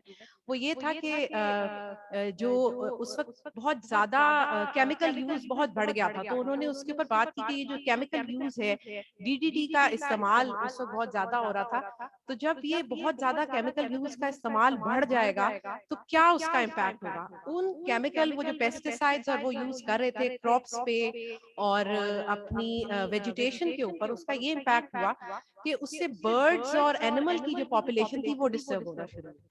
तो उन्होंने उसके ऊपर किताब रखी कि अगर इसी तरह कंटिन्यू रहा तो एक वक्त आएगा कि ये बर्ड्स ना हमें नजर आएंगी, ना हमें ये जानवर नजर आएंगे, और हमारी स्प्रिंग जो होगी वो साइलेंट होगी। तो वो एक बहुत बड़ा आइडिया था जो 1962 में उन्होंने दिया, और उसके बाद एक एनवायरमेंटल मूवमेंट शुरू हुई, और 1970 में फिर एनवायरमेंटल इम्पैक्ट असेसमेंट, और इस तरह आज जो हम इकट्ठे हुए हैं और एनवायरमेंटल डे मना रहे हैं। मकसद हमारा यही है कि हमने डेवलपमेंट को नहीं रोकना, जैसे सुहेल साहब ने भी बात की, सस्टेनेबल डेवलपमेंट का वर्ड यूज किया, डॉक्टर आसिम ने किया। ऐसी डेवलपमेंट के meeting the demand of present generation without compromising the demand of future generation to meet their own needs. हमने इस हालत में और इससे बेहतर हालत में अपनी फ्यूचर जनरेशन को देना है ये प्लैनेट, ना कि इसको और बुरे हाल में लेके जाएं। तो हम एक चीज जो हमें हमेशा मैं और डॉक्टर जिले डिस्कस करते हैं कि एक बहुत जो इग्नोर्ड कंपोनेंट है ये है कि रिसर्च और डेवलपमेंट का जो एकेडेमिया और इंडस्ट्री में जो गैप है वो एक बड़ा इंपॉर्टेंट चीज है, क्योंकि हमारी इंडस्ट्री जो है वो एकेडेमिया और यूनिवर्सिटीज पे ट्रस्ट नहीं कर पा रही होती। वो जब R&D करते हैं तो वो चाहते नहीं है कि स्टूडेंट उनके साथ इन्वॉल्व हो, क्योंकि वो कहते हैं स्टूडेंट्स कोई चीज ऐसी डिस्क्लोज ना कर दें जो हमारी ऑर्गेनाइजेशन की रिप्यूट को खराब करे या उनकी कॉन्फिडेंशियलिटी जो है उसको डिस्टर्ब करे। तो हम हमेशा ये बात करते हैं कि किस तरह से, क्योंकि जब हम अच्छे एंटरप्रेन्योर्स नहीं डेवलप करेंगे या हम अच्छे एनवायरमेंटलिस्ट मार्केट में या एनवायरमेंटल इंजीनियर्स नहीं मार्केट में लाएंगे और जिनका एक गैप होगा इंडस्ट्री के साथ, तो हम कभी भी अपने माहौल को बेहतर नहीं बना सकते। तो आई बिलीव कि इसको एड्रेस करना है। और एक सिर्फ छोटी सी एडवाइस के बाद ओवर टू जिले कि हमें अपने बिहेवियर और जो एटीट्यूड है उसको चेंज करने की जरूरत है। हम में से कितने, अब तो शायद इतने हम एनर्जी को प्रॉब्लम और वाटर रिसोर्सेज के प्रॉब्लम को इतना फेस करें कि शायद अब थोड़ा सा हमें अवेयरनेस हो गई है। अक्सर टीवी में भी इन्वायरमेंट डे और इस तरह के डेज की अवेयरनेस आ गई है और हम बात कर रहे होते हैं। हम में से कितने लोग हैं जब हम ब्रशिंग कर रहे होते हैं हमारा टैप खुला हुआ होता है और पानी जाया हो रहा होता है। तो ये वाले छोटी छोटी हमारे एटीट्यूड्स जो है हमें इसको इम्प्रूव करना है कि हमने अपने किस तरह से नेचुरल रिसोर्सेज को बचाना है अपने लिए भी और फ्यूचर जनरेशन के लिए, और किस तरह से हमने इंडस्ट्री और एकेडेमिया और यूनिवर्सिटीज का लिंक डेवलप करवाना है कि वो अच्छी R&D करें, अच्छे एंटरप्रेन्योर्स प्रोड्यूस करें, और किस तरह उस गैप को फिल किया जाए। तो मैं डॉक्टर जिले से रिक्वेस्ट करूंगी कि वो हमें कुछ बताना चाहती हैं इस बारे में, किस तरह से हमें लगता है कि गैप्स को हम उनको फिल कर सकते हैं। Right. Thank you so much, Dr. Samya. Thank you so much for inviting us here. बिल्कुल ये प्योर इंजीनियरिंग बैकग्राउंड के लोग हैं और मेरा ताल्लुक लाइफ साइंसेस से है। मेरे ख्याल में हमें जो जरूरत है वो समझने की जरूरत है कि लाइफ साइंसेस और इंजीनियरिंग जब तक इंटीग्रेट नहीं होंगे अच्छे सॉल्यूशंस नहीं आएंगे। इंजीनियर्स अपने काम पूरे कर रहे होते हैं लेकिन सस्टेनेबिलिटी को किसी और पर्सपेक्टिव से देखते हैं। लाइफ साइंटिस्ट किसी और पर्सपेक्टिव से देख रहा है और चीजें सॉल्यूशंस वही मौजूद हैं जिस वक्त आप अपने बच्चों को रिसर्च करवा रहे होते हैं और उनको एक विजन दे रहे होते हैं अपनी लाइफ में आगे बढ़ने के लिए। तो शायद आप लोग उनको ये बताना भूल जाते हैं कि अपने लिए भी रिस्क कमाओ और दूसरों के लिए भी कमाओ। सो उसका तरीका यह है कि सिर्फ नौकरी से आप 5 बंदों का पेट पाल सकते हैं, जबकि एंटरप्रेन्योरशिप से आप कई 100, 1000, लाखों लोगों का पेट पाल सकते हैं। सो अपनी जो रिसर्चेस हैं उनको इस प्रैक्टिकल एस्पेक्ट्स की तरफ लेकर आए जिसकी अभी इंडस्ट्री को जरूरत है। इंडस्ट्री के पास बहुत सारे मसाइल हैं और सिर्फ ये नहीं होता कि इंडस्ट्री आपको पैसा देगी तो आप उनके सॉल्यूशंस फाइंड आउट करेंगे। माइंडसेट की बात है, आप जिस तरह के माइंडसेट आप प्रोड्यूस करना शुरू करेंगे अपने इंस्टीट्यूशंस में, उसी तरह के सामने लोग आना शुरू हो जाएंगे मार्केट में। इस वक्त मार्केट में लोगों को सिर्फ ये होता है कि हमें अच्छी जॉब मिल जाए, इस वक्त उनको सॉल्यूशंस की फिक्र नहीं है। सो बिल्कुल एक छोटी सी चीज शेयर करूंगी कि हमें अपने कंफर्ट जोन में से निकल के ग्रोथ जोन की तरफ जाना है हर सूरत में, और वो तभी मुमकिन है जब एकेडेमिया अपने स्टूडेंट को, अपने रिसर्चर को उस तरफ लेकर आए जहाँ पे सॉल्यूशंस की बात हो रही हो, जहाँ पे हर वक्त प्रॉब्लम्स, जिस चीज को ज्यादा डिस्कस करेंगे हमें वही नजर आएगा। आज हम यहाँ बैठे हुए प्रॉब्लम्स को डिस्कस करेंगे, हमें सॉल्यूशंस नहीं नजर आएंगे। जब सॉल्यूशंस है तो अपॉर्चुनिटीज हैं, तो आपको अपॉर्चुनिटीज बनाने चाहिए। क्योंकि इस वक्त इंडस्ट्री जो है वो 4.0 की तरफ मूव कर रही है, यहाँ पे बहुत सारे लोग हैं जिनको पता है कि इंडस्ट्री इस तरफ जा रही है। और इसका क्या मतलब है? इसका मतलब ये है कि इससे पहले इंटरनेट और IT और उसका दौर था। अब उनका दौर है जिनको सोशल इम्पैक्ट क्या है, इन्वायरमेंटल इम्पैक्ट क्या है और उसका इकोनॉमिकल इम्पैक्ट क्या है। अगर आप इन चीजों के ऊपर नहीं सोचेंगे तो हम ग्लोबल इंडस्ट्रियलाइजेशन की जो 4.0 है उसमें हम नहीं एंटर हो सकेंगे, हमारे लिए मुश्किल होगा जैसे अभी हो रहा है। हमें स्किल सेट वो डेवलप करना है। मैं और ज्यादा टाइम नहीं लूंगी। मेरे ख्याल में कि हमें अपनी अप्रोच को रियलिस्टिक करना है ताकि हम अपना स्टूडेंट, अपना रिसर्चर वैसा डेवलप कर सकें जो आने वाली नस्लों में भी यही इंटीग्रेट करे कि हमें दूसरों से मांग के नहीं खाना, अपनी खुद की प्रोड्यूस लेकर आनी है, जैसा डॉक्टर आसिम ने कहा और बाकी सब लोगों ने। मार्केट जरूर रिसर्च किया करें, अपने स्टूडेंट्स को रिसर्च वर्क करवाने से पहले कि मार्केट डिमांड किस तरफ मूव हो रही है, जो कि बहुत एक मिसिंग एस्पेक्ट है अभी तक के लोगों का जिनसे हमारा वास्ता पड़ता है। उनको मार्केट रिसर्च नहीं पता होती, वो पिछले 10 सालों से 20 सालों से जो रिसर्च हो रही है उसी का अगला कॉम्पोनेंट कर लेते हैं और शायद उसकी जरूरत नहीं होती हमें। तो प्लीज इस चीज को अपने ये चेंज आप लोगों ने लेकर आना है क्योंकि आप एकेडमिया से ताल्लुक रखते हैं। Thank you so much. Thank you जी।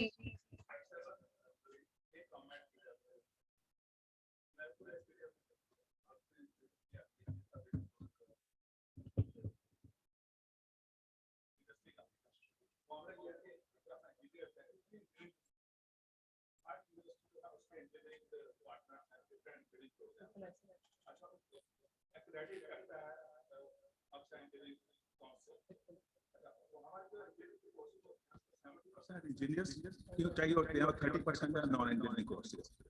जो नॉन इंजीनियरिंग कोर्सेज है उसमें बड़ी डिफरेंट पॉसिबिलिटीज है। उसमें जरूरत है कि कोर्स एक एनवायरमेंटल साइंस का जबरदस्ती यूनिवर्सिटीज को सजेस्ट किया जाए कि वो पढ़ाए, जो कि पाकिस्तान इंजीनियरिंग काउंसिल एनफोर्स कर सकती है और उनका तरीकाकार है लोगों को, ताकि अवेयरनेस आए कि इस पर हम किस तरह प्रॉब्लम से गुजर रहे हैं और साइंस किस तरह का। तो ये सजेस्ट करने की जरूरत है थ्रू पाकिस्तान इंजीनियरिंग काउंसिल और रिक्वायर करें कि ग्रेजुएट को डिग्री नहीं दी जाएगी अगर उसने कोर्स नहीं किया होगा। बिल्कुल बिल्कुल सही कह रहे हैं सर। इंजीनियरिंग वालों का मेरा ख्याल है एक सब्जेक्ट एनवायरमेंटल इंजीनियरिंग का पढ़ाते हैं, थोड़ा सा होता है कंपोनेंट सर, नहीं? अच्छा अच्छा, क्योंकि एक एनवायरमेंटल इंजीनियरिंग प्रॉपर एक डिपार्टमेंट है, यूईटी में भी है और उधर तो प्रॉपर वो है। और मुझे लगा एक कोर्स, अब जैसे मैंने लाहौर स्कूल ऑफ इकोनॉमिक्स में हमारा जो बोर्ड है उसमें हमने जो MBA और BBA के स्टूडेंट्स हैं उनके लिए माइनर एनवायरमेंट साइंस का कोर्स इंट्रोड्यूस करा दिया। मतलब अब बिजनेस वाले भी एनवायरमेंट को, और आई थिंक बहुत सारी और यूनिवर्सिटीज में भी दूसरे जो डोमेन के दूसरे हैं उसमें हम लोग एनवायरमेंट साइंस का करवा रहे हैं। तो ये बड़ा अच्छा वो है, इसको जरूर करना चाहिए इंशाल्लाह। और इस पे जी जी जी अच्छा अच्छा अच्छा वो बिल्कुल होना चाहिए। अब आई थिंक इतना बड़ा मिसिंग कंपोनेंट है, इसको जरूर एड्रेस होना चाहिए, एटलीस्ट इंट्रोडक्शन टू इट। और एक और चीज बताऊं, ज्यादातर हमारी इंडस्ट्री में, शायद आप लोगों का भी, कि जो ज्यादा केमिकल इंजीनियर्स हैं वो ही हमारा एनवायरमेंट वाला कंपोनेंट देख रहे होते हैं। जैसे एनवायरमेंट एक हेल्थ सेफ्टी एनवायरमेंट जो कंपोनेंट है वो इंजीनियर्स ही देख रहे हैं, केमिकल इंजीनियर्स ही देख रहे हैं। तो आई थिंक बिल्कुल जरूर करवाना चाहिए। Thank you ji, thank you. I'm sorry, we'll have to be brief. We'll take more questions and answers at the end of the session. मैं acknowledge करता चलूँ डॉक्टर नईम अयाज साहब मेरे उस्ताद मोहतरम में यूटी लाहौर के हिसाब का चेयरमैन है, और इनको एक्नॉलेज करना चाहिए, खराज तहसीन पेश करना चाहिए कि इन्होंने सारी जिंदगी यूटी लाहौर में सर्विस की है। अमेरिका में बहुत अच्छी अपॉर्चुनिटीज है, पर्डू यूनिवर्सिटी से PhD की और ये बहुत अच्छा करियर वहाँ पे स्पेंड कर सकते थे, लेकिन अमेरिका में अच्छी अपॉर्चुनिटीज छोड़ के वो पाकिस्तान आए और पाकिस्तान में खिदमत करना, अवाम की, स्टूडेंट्स की, यंगर जनरेशन को ग्रूम अप करना उन्होंने प्रेफर किया। उनके लिए a big round of applause please. Now I'll invite Mr. Naseemur Rahman. He is Director, Environment Protection Department, Punjab, and he'll brief on legal aspects of environment. Thank you.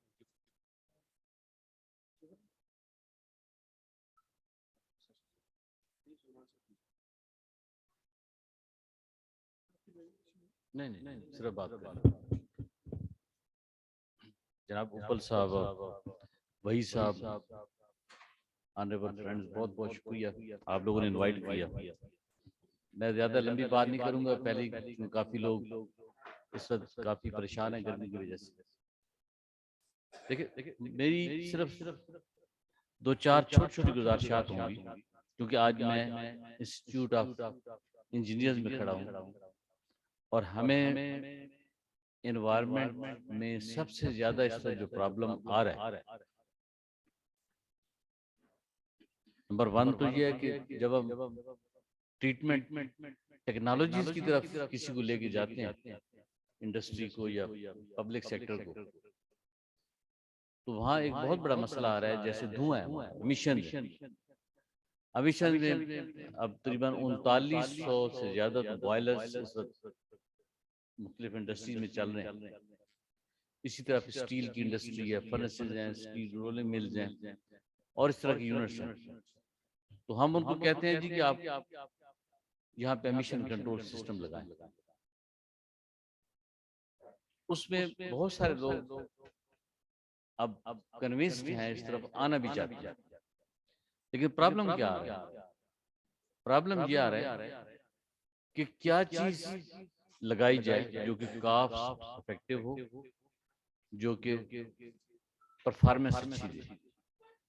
For example देखें ना, उसमें तो electrostatic precipitator भी है जो कि किसी छोटी स्टील फर्नेस में नहीं लगाया जा सकता, किसी बॉयलर के ऊपर नहीं लगाया जा सकता, क्योंकि उसकी कास्ट बहुत ज्यादा है। इसी तरह और भी बहुत सारी इस तरह की चीजें हैं। स्क्रबर्स में हम आते हैं तो ड्राई स्क्रबर भी है और वेट स्क्रबर भी है। पहले हम वेट स्क्रबर को सपोर्ट किया करते थे, बाद में पता चला जी उसमें तो पानी का बहुत ज्यादा है। ड्राई स्क्रबर की तरफ जाते हैं तो उसकी कास्ट उससे 4 गुना ज्यादा। तो आज ही मैं थोड़ी देर पहले अभी एक हमारी मीटिंग थी, वहां से आ रहा हूँ, तो उसमें हम ये सोच रहे थे, बल्कि उसके ऊपर काम करने जा रहे हैं। फॉर एग्जाम्पल एयर पोल्यूशन में अगर बॉयलर्स हैं, कोई लकड़ी पे चल रहा है, कोई कोल पे चल रहा है, मुख्तलिफ उसके फ्यूल्स भी हैं, या स्टील फर्नेसेस हैं, जो और यूनिट्स हैं, स्टील रोलिंग मिल्स, कि इसमें कुछ सियाने लोगों के साथ बैठ के पाकिस्तान में प्रॉब्लम हमें क्या है। एक बंदा कहता है जी कि मेरे पास पैसे की कोई कमी नहीं, एक इंडस्ट्रियलिस्ट, आप बताएं जी क्या लगाना है, मैं लगाने को तैयार।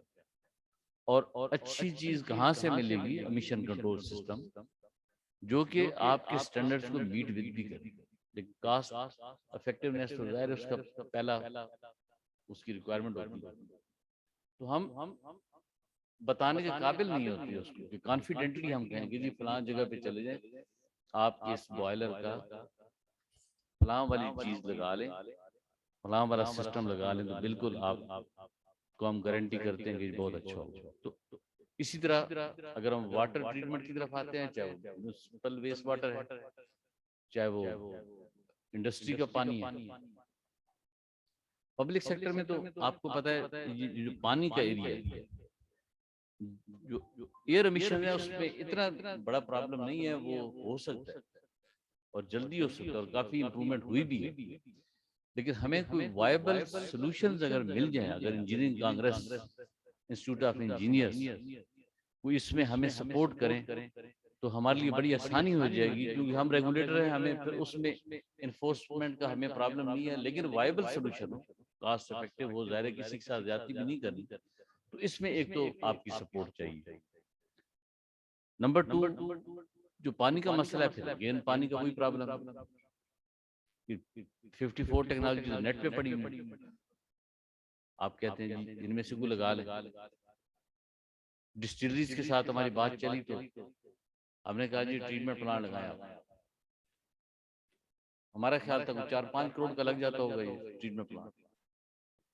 उन्होंने कहा जी 4-5 करोड़ वाली आपकी गलतफहमी है, ये तो कम से कम 19-20 करोड़ का लगेगा।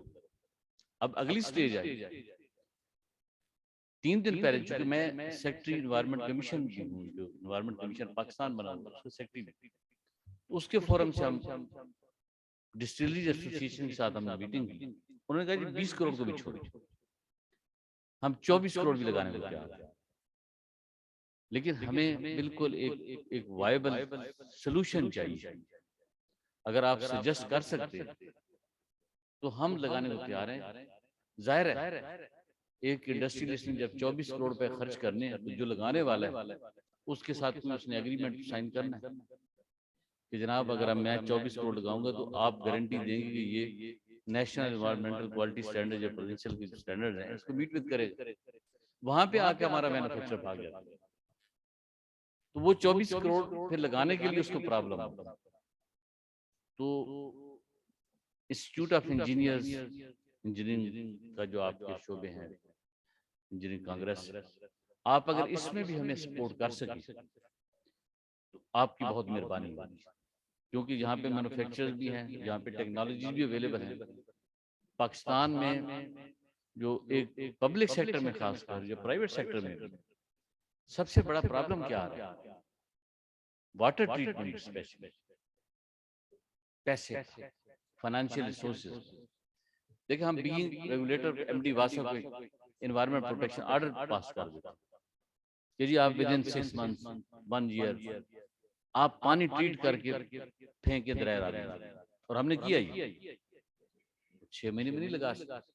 अब हमारे पास अगला रास्ता क्या था कि हमने उसका केस ट्राइब्यूनल को भेज के रेफर कर दिया। जब वो ट्राइब्यूनल के पास गया तो उन्होंने एमडी वासा को बुला लिया। एमडी वासा साहब ने फरमाया जी मैं क्या करूं, मुझे तो 100 बिलियन रुपीस आज दे दें, मैं सारे लगा देता हूं। तो फाइनेंशियल रिसोर्सेज का तो एक प्रॉब्लम है जो हमारी हर्डल है इस सारे इशू में, लेकिन उससे बड़ा मसला यकीन करें आज 2 घंटे की अभी मीटिंग खत्म करके मैं आ रहा हूँ, वो यही थी कि वायबल सॉल्यूशंस, वायबल हम किसी को प्रेशराइज करें लीगली एक बात है, वो हमारा कानून है, हम इन्फोर्स करने वाले हैं, हम रेगुलेटर हैं, लेकिन फिर उसको एक वायबल सॉल्यूशन दें ताकि एनवायरनमेंट का मसला भी हल हो और उसका नुकसान भी हो। तो आप इसमें एक तो ये आपसे रिक्वेस्ट है। दूसरी रिक्वेस्ट आपसे ये है कि जितने प्रोजेक्ट्स बनते हैं चाहे पब्लिक सेक्टर है चाहे प्राइवेट सेक्टर, सड़कें बनती हैं, बिल्डिंग्स बनती हैं और प्रोजेक्ट बनते हैं, तो ज़ाहिर है हमारे कोई ना कोई इंजीनियर दोस्त ही उसको उसके इंचार्ज होते हैं, तो बहुत छोटी छोटी उसमें अगर चीजें कर ली जाए, जैसे डस्ट पोल्यूशन है वहां पे, उसके साथ कोई वाटर स्प्रिंकलिंग या और इस तरह के मजे लिए जाए, वहां पे जो उसका आपने मटेरियल रखना है उसको प्रॉपर तरीके से रखा जाए, तो बहुत सारे मसाइल इससे हल हो जाते हैं। इसी तरह जैसे सस्टेनेबल डेवलपमेंट की बहुत बात हुई, हम कभी डेवलपमेंट के अगेंस्ट नहीं है एनवायरनमेंट, हम कहते हैं सड़क जरूर बनाए। अब तो खैर कवानीन में आ गया एनएचए के भी और यहाँ भी, लेकिन प्रैक्टिकली इम्प्लीमेंट नहीं हो रहा, लेकिन हम कहते हैं कि साथ वहाँ पे शोल्डर ट्रीटमेंट जरूर प्रोवाइड करें। चीफ सेक्रेटरी पंजाब जब जावेद महमूद साहब थे तो हमें इसके ऊपर एक असाइनमेंट मिली, तो हमने जब कुछ एरिया विजिट किए जो छोटी रोड से खासकर, तो वो सड़क 11 किलोमीटर की है, वो भी खत्म नहीं होती, पीछे से टूटना शुरू हो जाती है। उसका एक तो उसकी लाइफ और दूसरा जब गाड़ी नीचे उतरती है ऊपर चढ़ती है डस्ट पोल्यूशन बहुत है, तो हम कहते हैं शोल्डर ट्रीटमेंट प्रोवाइड करें। इस तरह बिल्डिंग्स की बात हुई, जैसे आज का रेन वाटर हार्वेस्टिंग के कंसेप्ट हैं, ये सारा कुछ हमारे इंजीनियर्स ने ही अपने, हमने एनफोर्समेंट कर दिया, आपने उनको साथ सोल्यूशन दिया, तो आप बराए मेहरबानी इसमें हमें आप सपोर्ट करें और हम आपके बहुत शुक्रगुजार होंगे। मैं लंबी बात निकल चिट्टें आ रही हैं, खत्म कर दें। बहुत शुक्रिया।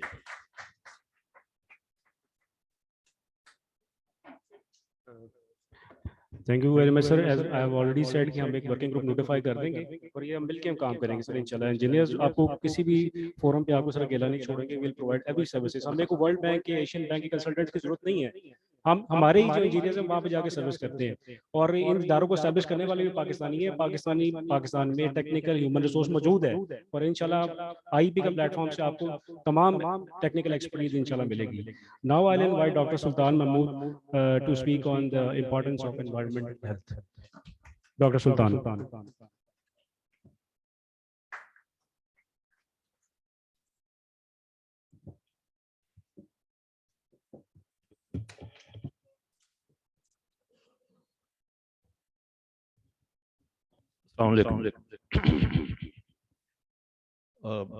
सख्त गर्मी पर भी माजरत है और शायद लंबी चौड़ी बातों पर भी माजरत है, अगर कोई बोर ना हो रहा हो।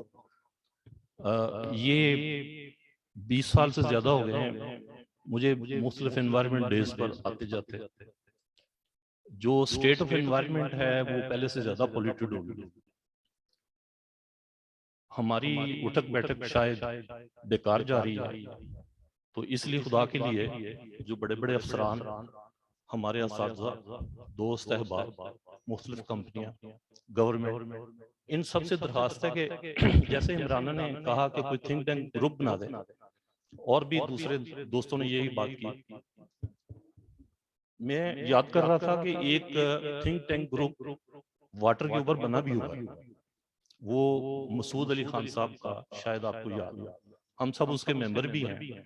तो मैं नहीं चाहता कि वो सिर्फ वाटर के ऊपर ही महदूद रहे, उसको हम जरा थोड़ा ब्रॉड बेस कर सकते हैं और मुख्तलिफ वॉक ऑफ लाइफ से लोगों को ले सकते हैं।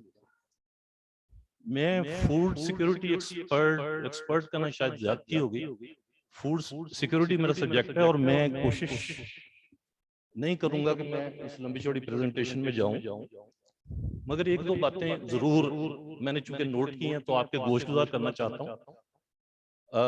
फूड सिक्योरिटी को मैं डिफाइन भी नहीं करूंगा, सारे लर्नर्ड लोग बैठे हुए हैं, सबको पता भी है।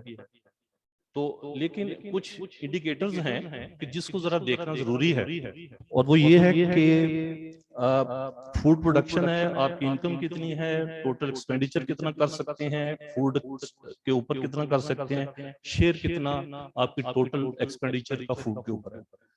अच्छा, फूड सिक्योरिटी के जो फैक्टर अफेक्ट करते हैं ना, इन पर जरा तवज्जो करें, फिर मैं डायरेक्टली सोल्यूशन की तरफ जाऊंगा और बस बात खत्म कर दूंगा।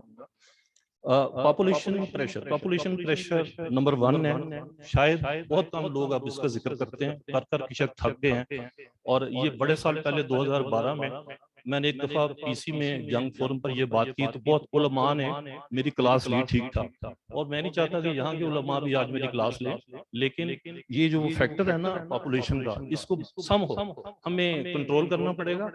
बेस्ट प्लानिंग हो ही सकती है जब आपको अपने स्टेटिस्टिक्स का पता हो।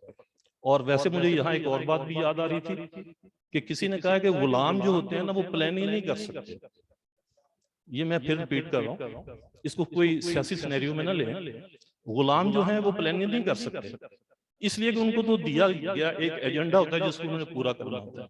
हमारे पास कौन सा अच्छा अदारा नहीं है, हमारे पास WWF है, हमारे पास IUCN है, हमारे पास UNEP है, और बड़े बड़े अदारे। पिछले 25 सालों में मुझे कोई तब्दीली नजर आई नहीं, सॉरी टू से। और हम मुसलसल बोल रहे हैं और बोल कर चले जाते हैं, और उसके बाद फिर अगले साल आते हैं तो पहले से ज्यादा पॉल्यूशन हो चुकी होती है। अर्बनाइजेशन जो है, लोग पैलियां बेच के, यानी एकड़ बेच के मरलों में रहना पसंद कर रहे हैं। गांव की सतह पर एकड़ों में उन्होंने बेच दिया और लाहौर में 3-3 मरले के घरों में रहना शुरू कर दिया। अच्छा, ये सारा पॉपुलेशन प्रेशर क्यों है? ये हमारी सियासी, फिर अगर ना लें बात को, तो मैं ये बड़े अरसे से कहता आ रहा हूँ कि हमारी प्लानिंग में जब अर्बन एरियाज को इग्नोर कर दिया जाएगा तो फिर शहर तो बड़े होंगे ही, कराची 3 करोड़, लाहौर 2 करोड़, तो ये फिर और करोड़ों बढ़ते जाएंगे। तो हमें किस पर फोकस करना है? अर्बनाइजेशन को कम करने के ऊपर। और वो क्या है कि फोकस करें रूरल एरिया पे।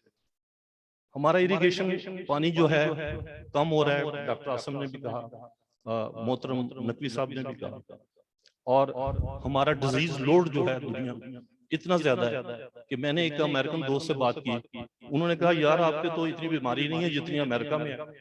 मैंने कहा जी फर्क जो है वो डिजीज रिपोर्टिंग सिस्टम का है, हमारा डिजीज का लोड बहुत ज्यादा है, लेकिन यूके में, यूरोप में, अमेरिका में चूंकि उसको रिपोर्टिंग सिस्टम मौजूद है और स्टैटिस्टिक्स है, वो अब सामने आ जाते हैं। हमारे बंदे मर भी जाते हैं। अभी कोविड में गवर्नमेंट कहती है इतने हजार मरे, अगर उसको 10 गुना ज्यादा करके कह दें हम फिर भी मान लेंगे, अगर उसको 10 पर तकसीम करके कह दें हम फिर भी मान लेंगे। वेयर वी आर गोइंग, हम तो बहुत पढ़े लिखे लोग अपने आप को दावा करते हैं। तो खुदा के लिए इन चीजों को जरा देखें। हमारी फसलों का लोड यील्ड जो है बहुत कम है। अपने पड़ोसी से मुकाबला कर लें तो 1/3 के करीब कहीं हम घूम रहे हैं अभी तक। हमारे पास अच्छा बीज नहीं, जो भी है एग्रीकल्चरल बातें हैं वो फिर तफसील से करेंगे। तो इसको यील्ड को बढ़ाने की जरूरत है। और वो हम क्या कर रहे हैं कि जिस पर गंदम उगनी थी, चावल उगने थे, उस पर हमने हाउसिंग स्कीम्स बना दी। और मुझे बड़ा एक और अफसोस होता है कि हम में से कौन एहतिजाज करता है इस चीज के ऊपर। क्यों हाउसिंग स्कीम्स बन रही हैं हमारी फूड प्रोडक्शन एरियाज के ऊपर? शायद हम कहते कहते मर जाएंगे, लेकिन ये हाउसिंग स्कीम सारे पाकिस्तान में बनेंगी। और अगर नहीं बनेंगी तो वहां जहां पर स्क्रब लैंड पड़ी है वहां नहीं बनेंगी, डेजर्ट्स में नहीं बनेंगी, साहिलों पर नहीं बनेंगी। ये जब भी बनेंगी एग्रीकल्चर एरिया के ऊपर बनेंगी। अच्छा जी, अब चूंकि थोड़ी सी बात करने का मैंने वादा किया था, तो कुछ सोल्यूशन की तरफ जाते हैं। तो पॉपुलेशन प्लानिंग सबसे पहले, तो जो भी उलमा हजरात हैं वो भी उस थिंक टैंक का हिस्सा बने, जो कल को अगर बन गया, जिसमें एनवायरमेंटल इश्यूज को देखेंगे। हर साल 5 जून को इकट्ठे होने के बजाय हम पूरा साल इकट्ठे होते रहे और ये सोचेंगे भाई पॉपुलेशन कंट्रोल कैसे करें। यूथ बहुत है हमारे पास, लेकिन वो टिकटॉक पे लगा हुआ है। स्कूल, यूनिवर्सिटीज, इंडस्ट्रीज जो हैं वो रूरल एरिया में बनती नहीं है। किसी यूनिवर्सिटी को, अभी अगले दिन मैं यूनिवर्सिटी का नाम नहीं लूंगा, कालाशाह काकू में मैं उनका कैंपस देखने गया, 206 एकड़ पर बना हुआ, क्या खूबसूरत एग्रीकल्चरल लैंड थी, लेकिन उस पर बनेगी university. It's not bad idea, मतलब मैं ये उसको तनकीद नहीं कर रहा, मैं कंसल्टेंट हूँ, अपने क्लाइंट पर कैसे बोलूं। लेकिन बात ये है कि हमारी यही यूनिवर्सिटियां, स्कूल और हमारी इंडस्ट्री जो है रूरल एरिया में क्यों नहीं बनी? क्या हमने कसम ही खा लिया है कि बस 10 शहर जो है ना वो बसाने हैं पाकिस्तान में और बाकी सारे उजाड़ कर रखते हैं? ज्यादा फूड पैदा करें एग्रीकल्चर के थ्रू, लाइफ स्टॉक के थ्रू, फिशरी के थ्रू। ये रिकमेंडेशन पिछले 40 साल से मैं सुन रहा हूँ और शायद 25 साल से कह भी रहा हूँ, और अल्लाह की कसम कोई फर्क नहीं पड़ा। हम रूरल एरियाज जो है ना, फंड्स उनके रूरल की तरफ करें, शहरों की तरफ नहीं। और डैम्स बनाएं और डैम्स बनाएं, लेकिन पानी कहाँ से आए? मैं आजकल भी एक नहर खुद रही है, उसका मैं कंसल्टेंट हूँ एडीबी की तरफ से। तो वो अक्सर मुझसे पूछते हैं कि इसमें पानी कहाँ से आएगा। मैंने कहा जी दरियाए झेलम से। वो उन्होंने कहा दरियाए झेलम में पानी कहाँ से आएगा? इसके ऊपर तो पता नहीं 100 डैम प्लान किए हुए इंडिया ने। तो हमने कहा जी ग्लेशियर पिघलेंगे। उन्होंने कहा जी ग्लेशियर पिघलेंगे तो फिर ग्लोबल वार्मिंग और ज्यादा हो जाएगी, फ्लैश फ्लड्स आएंगे, तबाही आएगी। तो ये तो कोई फार्मूला ना हो। तो एनी हाउ, मेरी यंग जनरेशन खासतौर पर जो यहाँ पर है, जो कि एकेडमिया में है, जो कि रिसर्च में थोड़ी दिलचस्पी रखते हैं, वो जरा इन एस्पेक्ट्स पर गौर करें, वरना अल्लाह ना करे मैं पाकिस्तान को बहुत जल्दी डेजर्ट बनते हुए देख रहा हूँ। आई एम सॉरी, और इसके साथ ही मैं इजाजत चाहूंगा।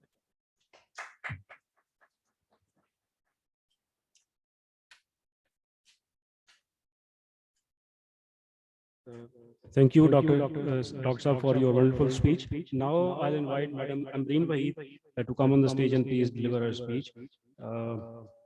Mr. Ambreen Waheed, just to give you a brief background, she is founder of Responsible Business Initiative, Responsible Business Institute, and she has done a great deal of contribution to corporate social responsibility in Pakistan. Madam Ambreen.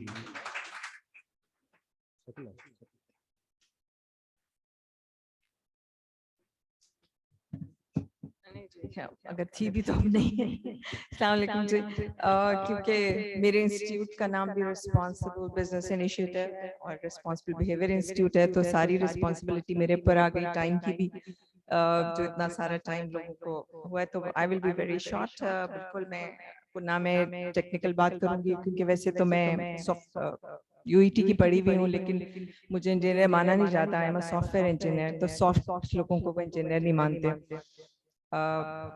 दूसरा, I think I should, मेरा काम obviously 25-20 से भी ज्यादा साल से भी I am working on sustainability issues all over the world. मेरा मेनली इन सब के ऊपर जो हमेशा से रहा है progress, we have technology, we we have to include artistic people, we have to include multi-dimensional लोग ही solutions लेके आ सकते हैं। कोई एक कैटेगरी, एक सेट ऑफ पीपल अलग से जब भी काम करेंगे, टेक्नोलॉजी में हमारे पास बहुत सी ऑप्शंस हैं।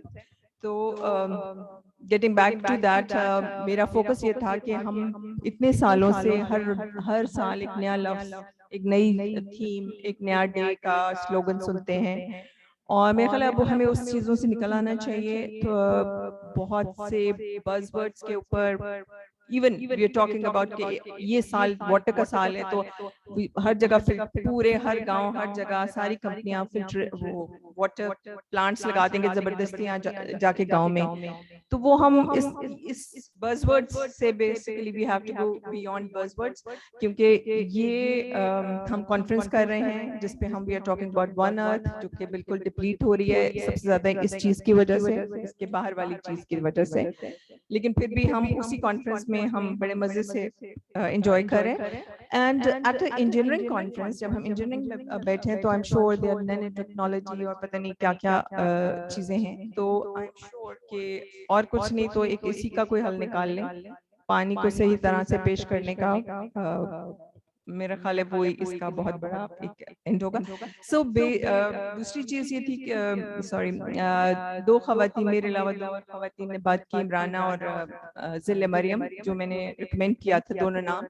मैंने इसलिए ये नाम रिकमेंड नहीं किए थे कि ये खवातीन हैं, ये दोनों अपनी फील्ड में माशाल्लाह, Zille Maryam is an entrepreneur, research और बहुत ज्यादा, हाँ, जो खातून होने की वजह से एक एडिशनल चीज है कि इनमें वो जो चीजों की समझ थोड़ी सी ज्यादा होती है। इमराना एक्टिविस्ट हैं, वो बहुत वोकल हैं, बात करती हैं, वो जिस इशू को सॉल्व करती हैं, तो एक थोड़ी सी हम वो चीज जरूर आती है definitely, but they stand out as it is not because of women, as a person. अच्छा, मैं क्योंकि लंबा इसको नहीं खींचना चाहती हैं, just as I said we have to go beyond buzzwords, we have to go beyond departmentalisation and subjects. तो जो हम कोलैबोरेशन की भी बात कर रहे थे, या हम कोई चीज बनाते हैं, कमेटीज बनाते हैं, तो अगर उन कमेटीज में इंजीनियर्स और एक्सपर्ट्स के अलावा वो स्टेक होल्डर्स जिनके लिए हम असली जिनके सॉल्व कर रहे हैं, उनकी इन्वॉल्वमेंट ज्यादा, उनको सिर्फ हम सर्वे के क्वेश्चनर के तौर पे इस्तेमाल ना करें कि जी हमने सर्वे भेज दिया है, उनके सवालों के जवाब आ गए, उसको हमने एनालाइज हमने कर लिया है। सो एक इम्पॉर्टेंट चीज जो है, आई am sure I would like कि हमारे इंजीनियरिंग में जब हम मैं जब सॉफ्टवेयर भी पढ़ाती थी, तो मैं बहुत ज्यादा आर्ट को यूज करती हूँ, मैं शायरी को यूज करती हूँ पढ़ाने में। सो मेरा ताल्लुक क्योंकि इंजीनियरिंग से भी है, एकेडेमिया से भी है, ह्यूमन राइट्स के ऊपर है, बिजनेस के साथ है, तो बट व्हाट आई फेल्ट कि इन सब चीजों को जब मिला के, whenever I have involved all the parties together, and my thinking was more not only on the technology, जैसे कि बहुत पहले मुझे इल्म हो गया था कि जब कंप्यूटर्स के कंप्यूटराइज कोई हम डेवलप करते हैं प्रोग्राम, कोई MIS लिखते हैं, कोई चीज बनाते हैं, तो वो जब तक उसमें तो गार्बेज जाएगा जब तक आपने ह्यूमन आपको इंसानों की समझ नहीं है, जिस इंसान ने उसको यूज करना है। तो यूजर की इम्पोर्टेंस जो है वो हम हर चीज में मिस कर जाते हैं, चाहे कंप्यूटर का प्रोग्राम बना रहे हो, टेक्नोलॉजी कर रहे हो, या हम कोई टेक्नोलॉजी इनोवेशन कर रहे हो, हम अपने इंटरेस्ट की, अपनी एक्सपर्टीज के हिसाब से इनोवेशंस कर लेते हैं, हम उनको भूल जाते हैं। तो इंजीनियर हजरात से इस वक्त उनसे ये है कि आप अपनी कोई भी प्रोजेक्ट, कोई टेक्नोलॉजी, जब भी आप अपने थीसिस करते हैं, एक्सपेरिमेंट्स करते हैं, नई एंटरप्रेन्योरशिप में आते हैं और आप कोई अपनी इनोवेटिव टेक्नोलॉजी लाना चाहते हैं, तो प्लीज उसको लोगों को सिर्फ टोकन के तौर पे मत यूज करें, try to understand the feeling earth और उस सब की करें। और मेरा ख्याल है I will end at the note के इसमें लिखा हुआ है वन अर्थ, तो मुझे इकबाल का शेर आता है, जहां और भी हैं सितारों से आगे जहां और भी हैं। तो जब हम मेरे जैसा बंदा फ्यूचर की हमेशा बहुत आगे की सोच रहा होता है, तो दुनिया मार्स पे जा रही है और कर रही है, तो obviously we have to take care of this earth, लेकिन उसमें ये ना भूल जाएं कि पूरी दुनिया मार्स पे पहुंच जाए और हम यहीं बैठे रह जाए। Thank you so much. Thank you madam Amreen. आज की जो अभी सेरेमनी है, इवेंट है, इसकी खसूसी बात यह है कि we have 4 female speakers on our panel and many women are participating in the audience and online as well. So a big round of applause for a woman as well. So अभी last speaker मैं उनको invite करूंगा सलमान खान साहब, and he is the chairman of Sintas Water Council and he'll speak on the topic of disasters environmental issues in Pakistan. अब ये सलमान साहब हैं, उसके बाद एक और स्पीच होगी जनरल सेक्रेटरी साहब की, and then we'll proceed for refreshment.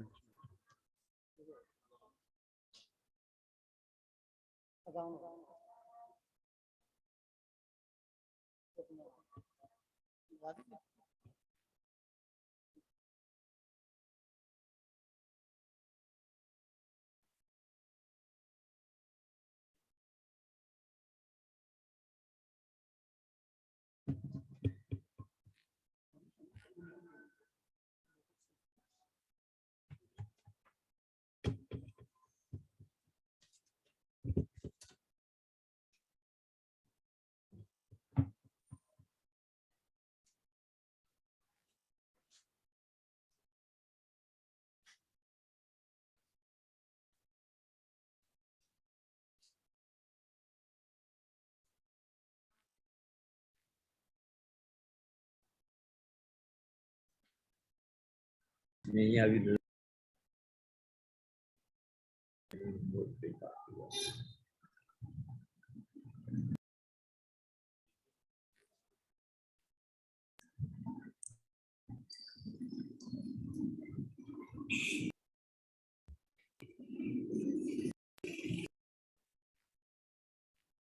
जी बिस्मिल्लाहिर्रहमानिर्रहीम। मैं जनाब डॉक्टर जावेद यूसुफ साहब, अमीर ज़मीर साहब, ख्वाजा वहीद साहब तो बाकी सब दोस्तों का मैं शुक्रिया अदा करता हूँ कि उन्होंने मुझे ये मौका दिया। काफ़ी पहले भी बहुत से स्पीकर्स ने अपने एनवायरनमेंट के हवाले से मुख्तलिफ बातें की हैं, बड़ी अच्छी अच्छी बातें की हैं। तो वक्त की कमी की वजह से मैं अपने इस में से चंद स्लाइड्स पे बात करता हूँ। एक बड़ी सीधी सी बात है कि हमारे पास क्या है, हमारी पॉकेट में क्या है और हमारे इश्यूज क्या हैं। हमें अपने वसाइल को देखते हुए अपने इश्यूज पे बात करनी चाहिए। आमतौर पर इंटरनेशनल लेवल के ऊपर वन अर्थ का शोर मच रहा है, वन अर्थ। अगर हम देखें एनवायरनमेंट के लिहाज से तो हमारे America, Canada, Brazil, Europe, Australia वो जितने कार्बन डाइऑक्साइड पैदा कर रहे हैं सब तो सारा बेड़ा गर्क उन्होंने किया हुआ है। लेकिन वन अर्थ में भी क्या हो रहा है, हमें ये देखना चाहिए कि कौन से ममालिक ऐसे हैं जो कि एनवायरनमेंट के लिहाज से बेहतर हो सकते हैं, हम उनकी क्या मदद कर सकते हैं।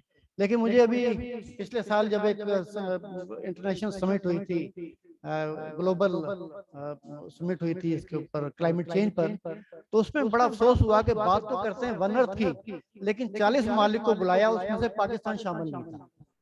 और फिर पाकिस्तान को सिर्फ 2 दिन पहले इनवाइट किया गया। किस तरह किया गया ये अलग स्टोरी, उसके अंदर नहीं जाते।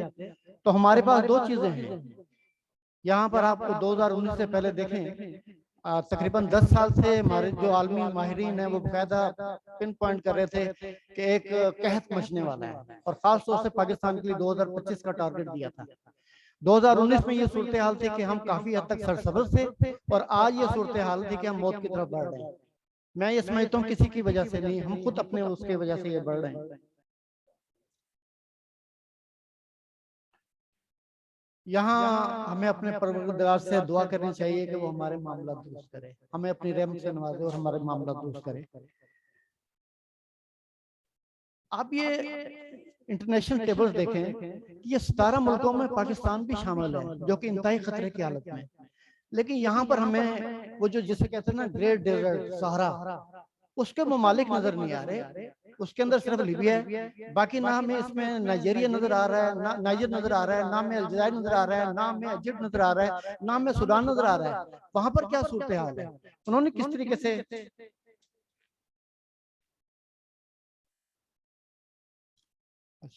किस तरह मेरा टाइम तो 15 मिनट का था, लेकिन मुझे ये कहा है कि 5 मिनट के अंदर जरा वाइंड अप कर लें क्योंकि गर्मी भी काफी है। तो मैं आपको एक मुख्तसरन जो अहम चीजें वो दिखाऊंगा। यहाँ पर सूरत हाल क्या है।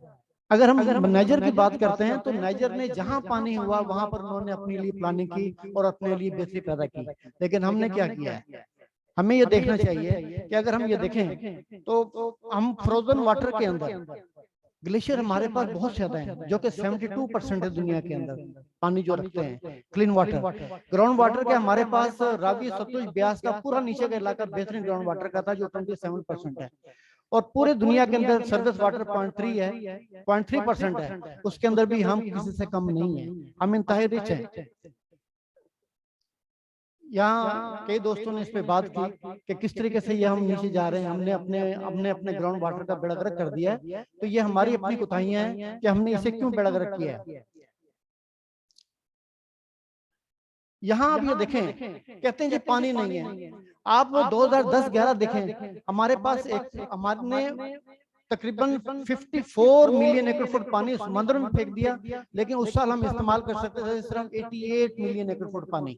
यही हाल 2011-12 में था कि हमने कितना पानी 14 मिलियन एकड़ से ज्यादा फुट पानी हमने समुद्र में फेंका, और हमारे पास हम सिर्फ 89 मिलियन एकड़ फुट पानी इस्तेमाल कर सके। 2015-16 के अंदर भी हम सिर्फ 98 मिलियन एकड़ फुट पानी इस्तेमाल कर सके, जबकि 36 मिलियन एकड़ फुट पानी हमने समुद्र में बहा दिया। ये इसलिए कि हमारे पास डैम नहीं थे। अगर डैम होते तो इसी पानी को हम इस्तेमाल करते और हम बेहतरी हम कर सकते थे अपनी। काफी कुछ दोस्त कहते हैं कि जी पानी तो पूरा आ रहा है, तो यहाँ पर आप देखें कि हमारे इंडस में तकरीबन 8.89% हमारा शॉर्टफॉल आया इन दिनों में। ये क्यों आया 2000 और 2020 के दौरान, लेकिन झेलम में 15.5% का शॉर्टफॉल है और हमारे चनाब के अंदर 18% का शॉर्टफॉल है। ये क्यों है? इसकी वजह ये भी हो सकती है कि हमारे इंडिया जो है हमारे ये झेलम और चनाब के ऊपर काफी टाइम बना रहा है और हम बिल्कुल खामोश हैं। हो सकता है, लेकिन इसके बारे में मुझे बड़ा अफसोस होता है कि इंडस वाटर कमीशन वही सोच करता है, लेकिन हैरत की बात है कि इस साल जो इंडस वाटर कमीशन गया उसमें इंडस वाटर कमीशन का कोई बंदा शामिल नहीं था। एक वो बंदा जिसे एडहॉक चार्ज दिया वो चेयरमैन थे, एक उन्होंने पंजाब गवर्नमेंट से इरिगेशन डिपार्टमेंट से लिया, एक उन्होंने नेस्पाक से लिया, एक उन्होंने फॉरेन ऑफिस से लिया, और इस तरीके से उन्होंने अपने पांच नुकासी एजेंडा उन्होंने पूरा कर लिया, जाके वहां पर मीटिंग कराए। भाई अगर आपको इंडस वाटर कमीशन की जरूरत नहीं है तो इसे खत्म करें, क्यों इस किस्म का डाउन किया हुआ है? वो अदारा मैं ये कहना चाहता हूँ कि अदारे मजबूत होंगे तो हम महफूज होंगे। अगर हम किसी भी अदारे को अगर हम मजबूत बनाएंगे तो फिर बात बन सकती है, अदरवाइज नहीं। अगर हमने अपने अपने पानियों की हिफाजत करनी है तो हमें उस अदारे को मजबूत करना पड़ेगा। लेकिन किसी ने आवाज नहीं उठाई। इंडिया ने कश्मीर की रेजोल्यूशन पे क्या किया है? अगर इस मौके पर वो हमारी इंडस वाटर ट्रीटी को भी किक आउट करता है तो फिर हम क्या करेंगे? फिर हमारे पास यही तरीका है कि जो हमारे पास एक दरिया सिंध बचा हुआ है उसके लिए कुछ हम प्लानिंग करें, या जितने भी है पूरी नजर में रखें। मैं इसे शॉर्ट कर रहा हूँ कि आप में से बहुत दोस्तों ने मरी भी देखा होगा और हो सकता है फोर्ट मंडरी को भी तरफ गए हों। फोर्ट मंडरी के पहाड़ियों में और मरी की पहाड़ियों में क्या फर्क है? ऊंचाई तो उसकी भी ज्यादा है। फोर्ट मंडरू 8000 फुट पे है, मरी 7000 फुट पे है। वहां पर भी सर्दी होती है, वहां पर भी होती है, लेकिन वहां फोर्ट मंडरू की पहाड़ियों में ऊपर तो पानी है लेकिन नीचे पानी नहीं है। मरी में पानी है, पानी से ग्रीनरी मिली, पानी से एनवायरमेंट मिला। अगर हम पानी की हिफाजत नहीं करेंगे तो चुप करके सो जाएं। और हमारे पास कितना रकबा है? हमारे पास तकरीबन 83 मिलियन एकड़ रकबा है जो हम आबाद कर सकते हैं, लेकिन 40 मिलियन एकड़ रकबा आबाद कर रहे हैं तकरीबन 100 मिलियन एकड़ फुट से।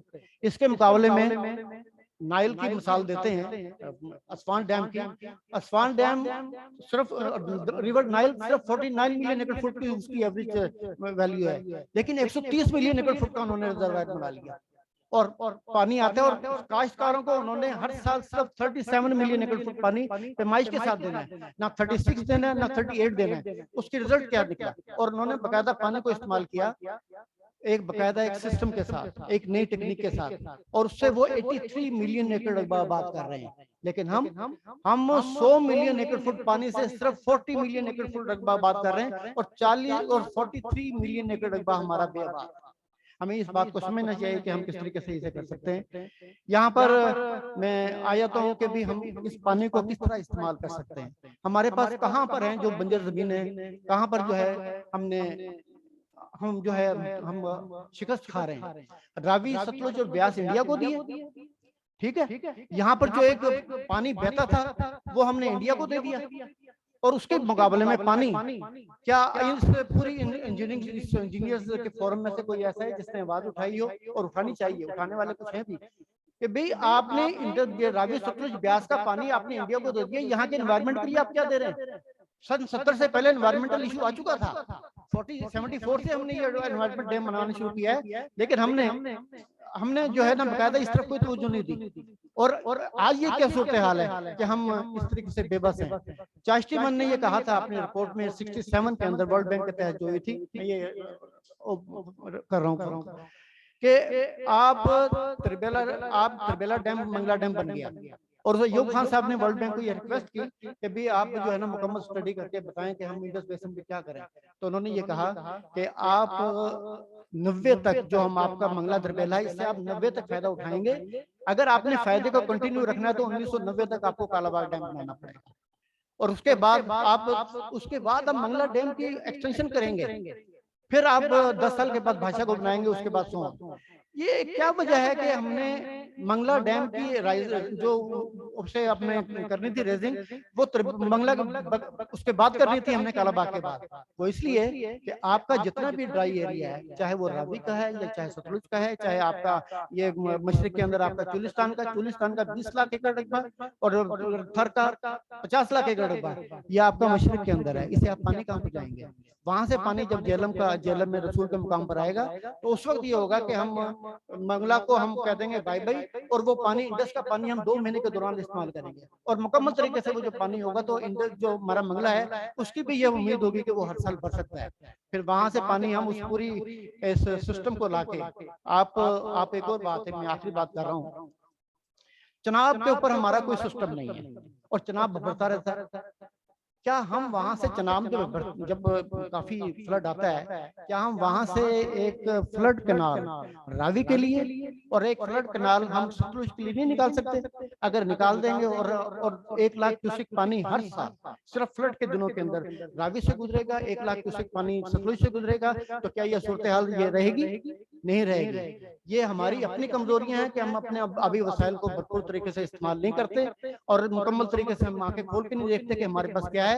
मैंने अपने 78 में मैंने इंजीनियरिंग की थी, AMI USA किया था मैंने, और मेरे एक सेंटेंस मेरे जहन में मुकम्मल है, an engineer is the most intellectual person in the society, इसलिए कि वो नेचर बिल्ड करता है, ही बिल्ड्स द नेचर। लेकिन अफसोस है कि क्या हम इंजीनियर हैं? हम इंजीनियर्स को नंबर 1 होना चाहिए, और अगर आज भी हम नंबर 1 बने तो हम हर अपने मसले को हल कर सकते हैं। Thank you.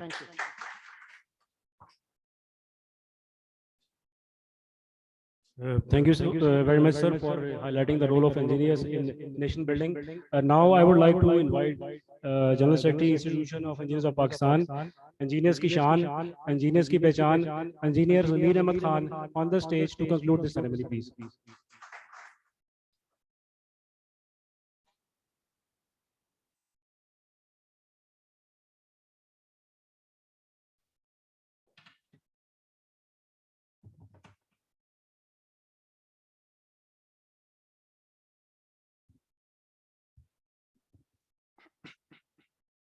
नहमदुहु व नसल्ली अला रसूलिल करीम, अम्मा बाद फौज़ बिल्लाहि मिनश शैतानिर रजीम, बिस्मिल्लाहिर रहमानिर रहीम।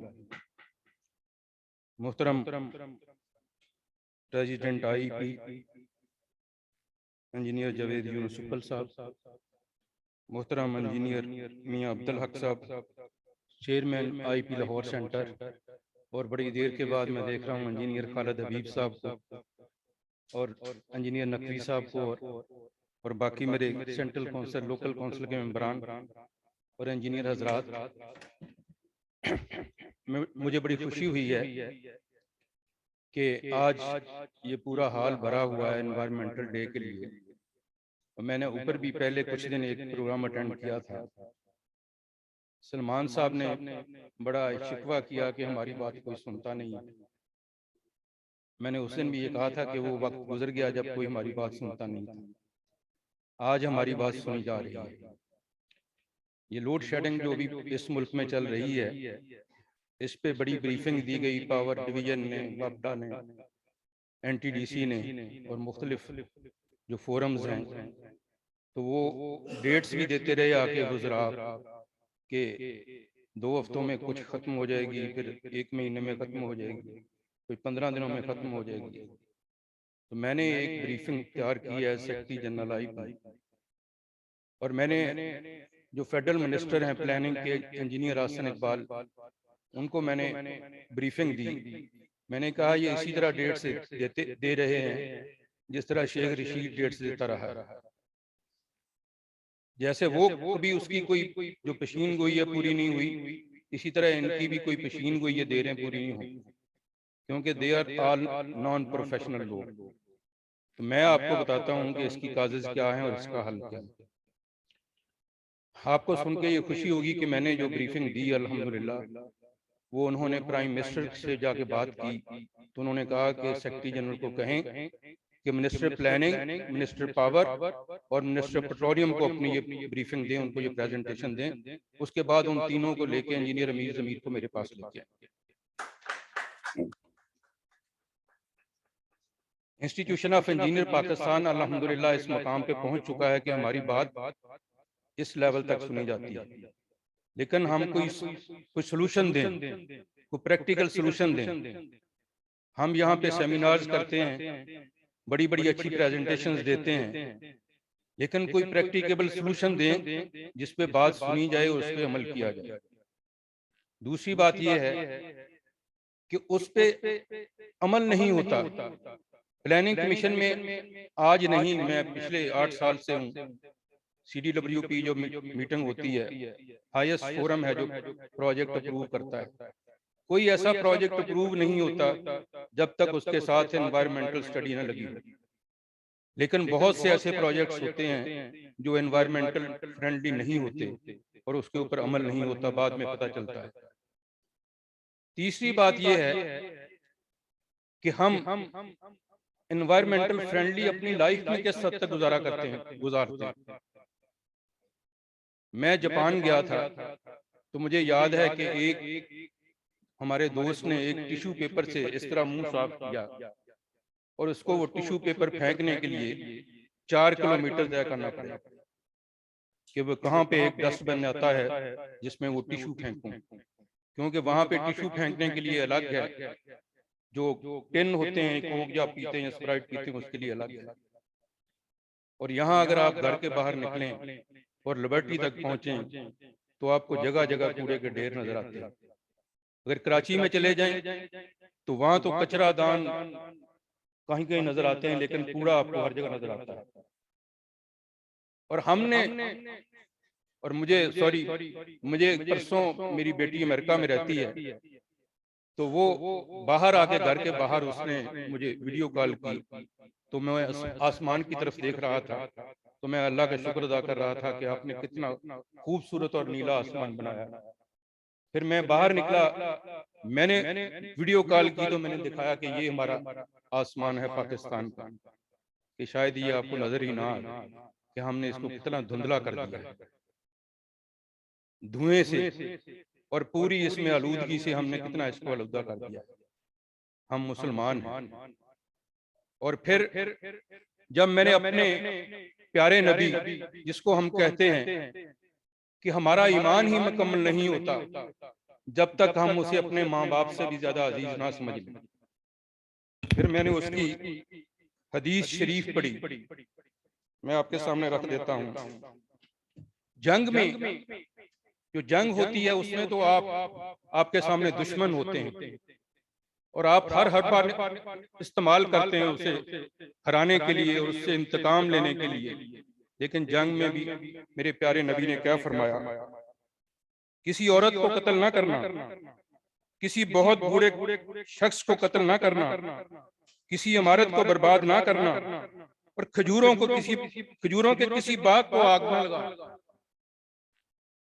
खयानत ना करना, किसी बच्चे को कत्ल ना करना और किसी फलदार दरख्त को ना काटना, किसी ऊंट या बकरी को खाने की गर्ज से सवा ना काटना, ना उसे पानी में गर्क करना और बुज़दिली इख्तियार ना करना।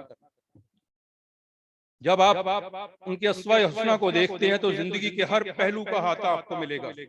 यहाँ पे जो दरख्त काटने से मना फरमाया गया है तो सारी आपकी इन्वायरमेंट जो स्टडी है इसमें संबोधित कि आप जंग में भी हैं तो आपको दरख्त काटने से मना किया गया, और हम अगर सियासत में भी हैं, जुलूस में भी हैं, तो सबसे पहले हम दरख्तों को आग लगाते हैं, सबसे पहले हम ग्रीनरी को आग लगाते हैं।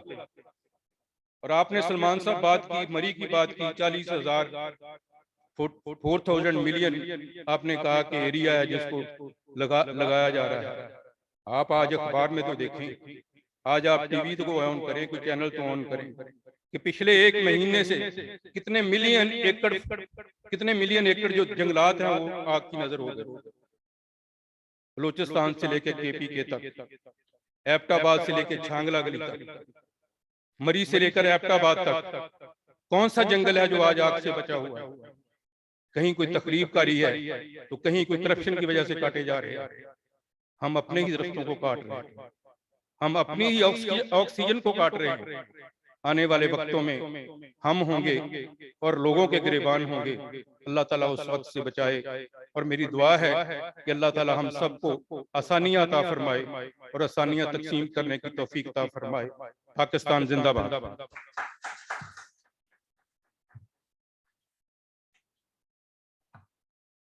Thank you, sir, for enlightening us with your thoughts. And now I'll invite Mr. President to please come on the front and distribute souvenirs among the participants. Sorry, Mr. Bhupal, please.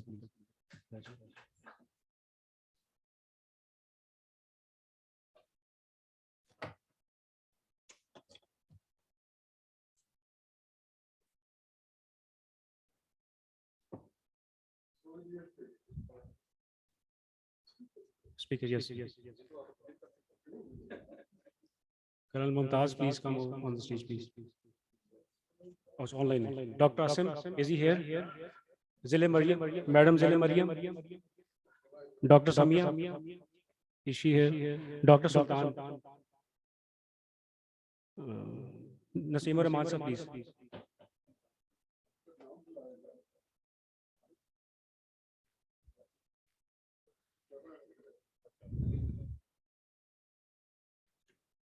Madam Amreen.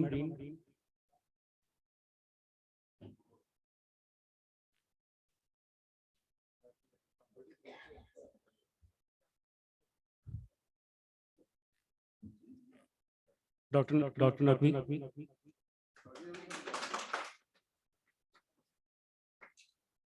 Dr. Naqvi. Big round of applause, please. Dr. Samya.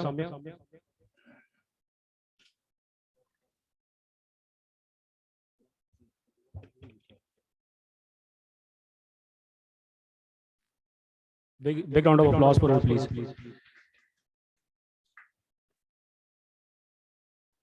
Dr. Sultan. Dr. Zile Mariam. Dr. Zile Mariam.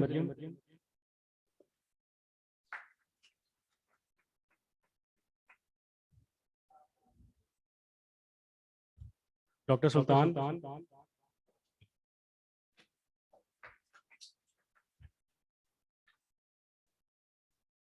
Mia Abdul Haq Sahab, Chairman IEP Lahore. Sir, please receive a souvenir.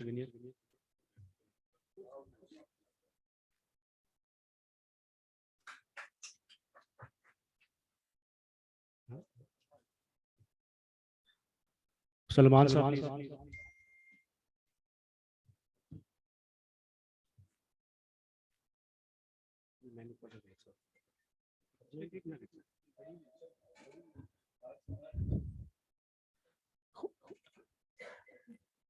Khwaja Bhai Sahab, convener of this event, please come on the front, please.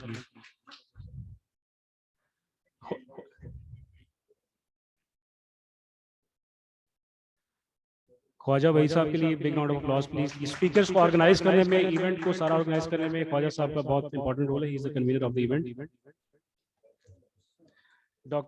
Doctor Naeem Ayaz sir, please come on the front please.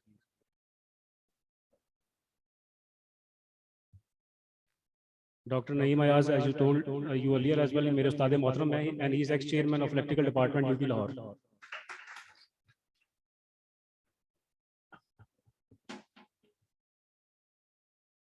Engineer Numan अपना रिजवान साहब।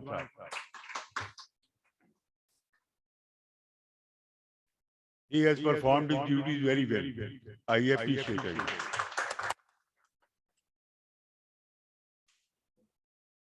अब मजीद हम आपके बीच में नहीं आएंगे। All the guests. Sir, I'll invite Dr. Uppal on the stage.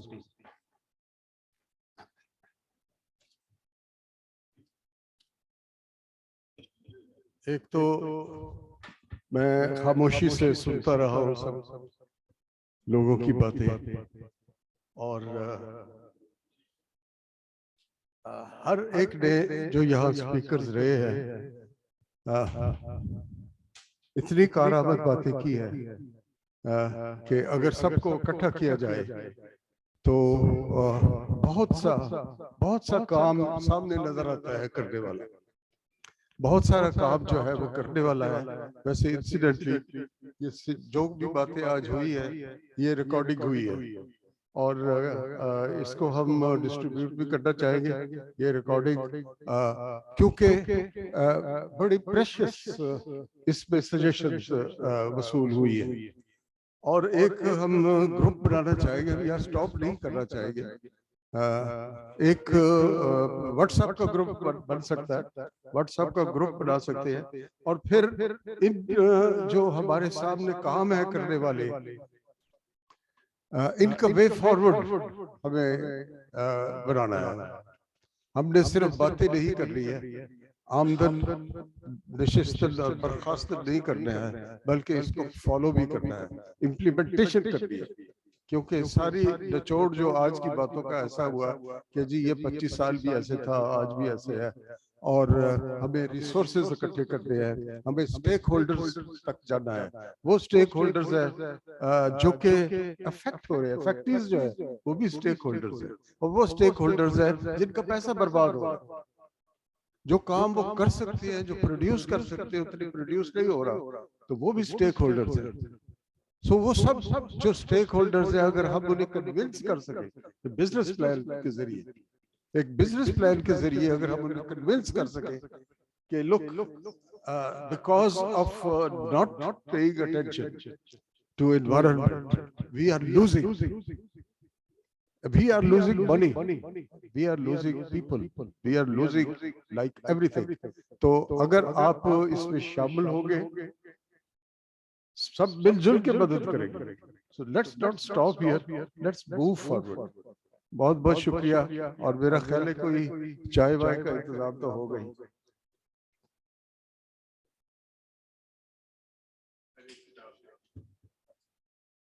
I'll invite Dr. Iftikhar, Professor, Punjab University, to please come forward and receive the souvenir from the President IEP.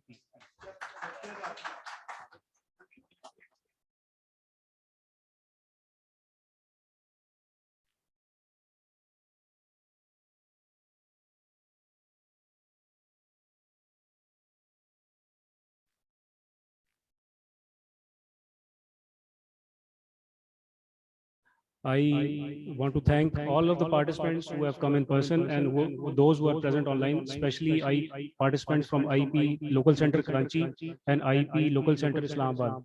And if they have something to say, we can spare a few minutes for you, sir. Thank you very much. This is Suhail Bashir, Chairman IEP Karachi Center. Can you hear me? Yes, sir. You are audible. Thanks a lot. First of all, I would like to congratulate the Institute of Engineers Pakistan headquarters and all those who have made their excellent efforts for this wonderful program. It's a very good program, very informative, and we thoroughly enjoyed. I especially thank the President IEP and the Secretary General IEP for arranging this beautiful program. And I think the topic was very important, and especially regarding with the this particular day, which is being celebrated by UN globally. And IEP should do all such programs in future also. And I'm very happy that IEP Karachi Center also arranges such programs, and we were fortunate to have the presence of President in our last International Civil Engineering Conference. and we are looking for more international exposures to our members through these programs, through these lectures, through the conferences. In this particular year, we are going to have 3 more international conferences, and one is specially dedicated to UN SDGs, and that will be a very good thing. And I look forward for the participation of all our centers and headquarters in that particular Sustainable Development Goals initiative, which we are planned to have in first week of November. Thank you very much to all for giving me the opportunity. Thank you. Thank you, sir, for a kind remarks. Does Chairman IEP Islamabad, Ihsanullah Qazi Sahab, do you have, sir, anything to say? Sir, we can spare a few minutes for you before we conclude.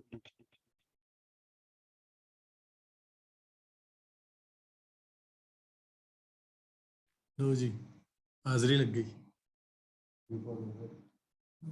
IP Islamabad Center वाले हैं नहीं।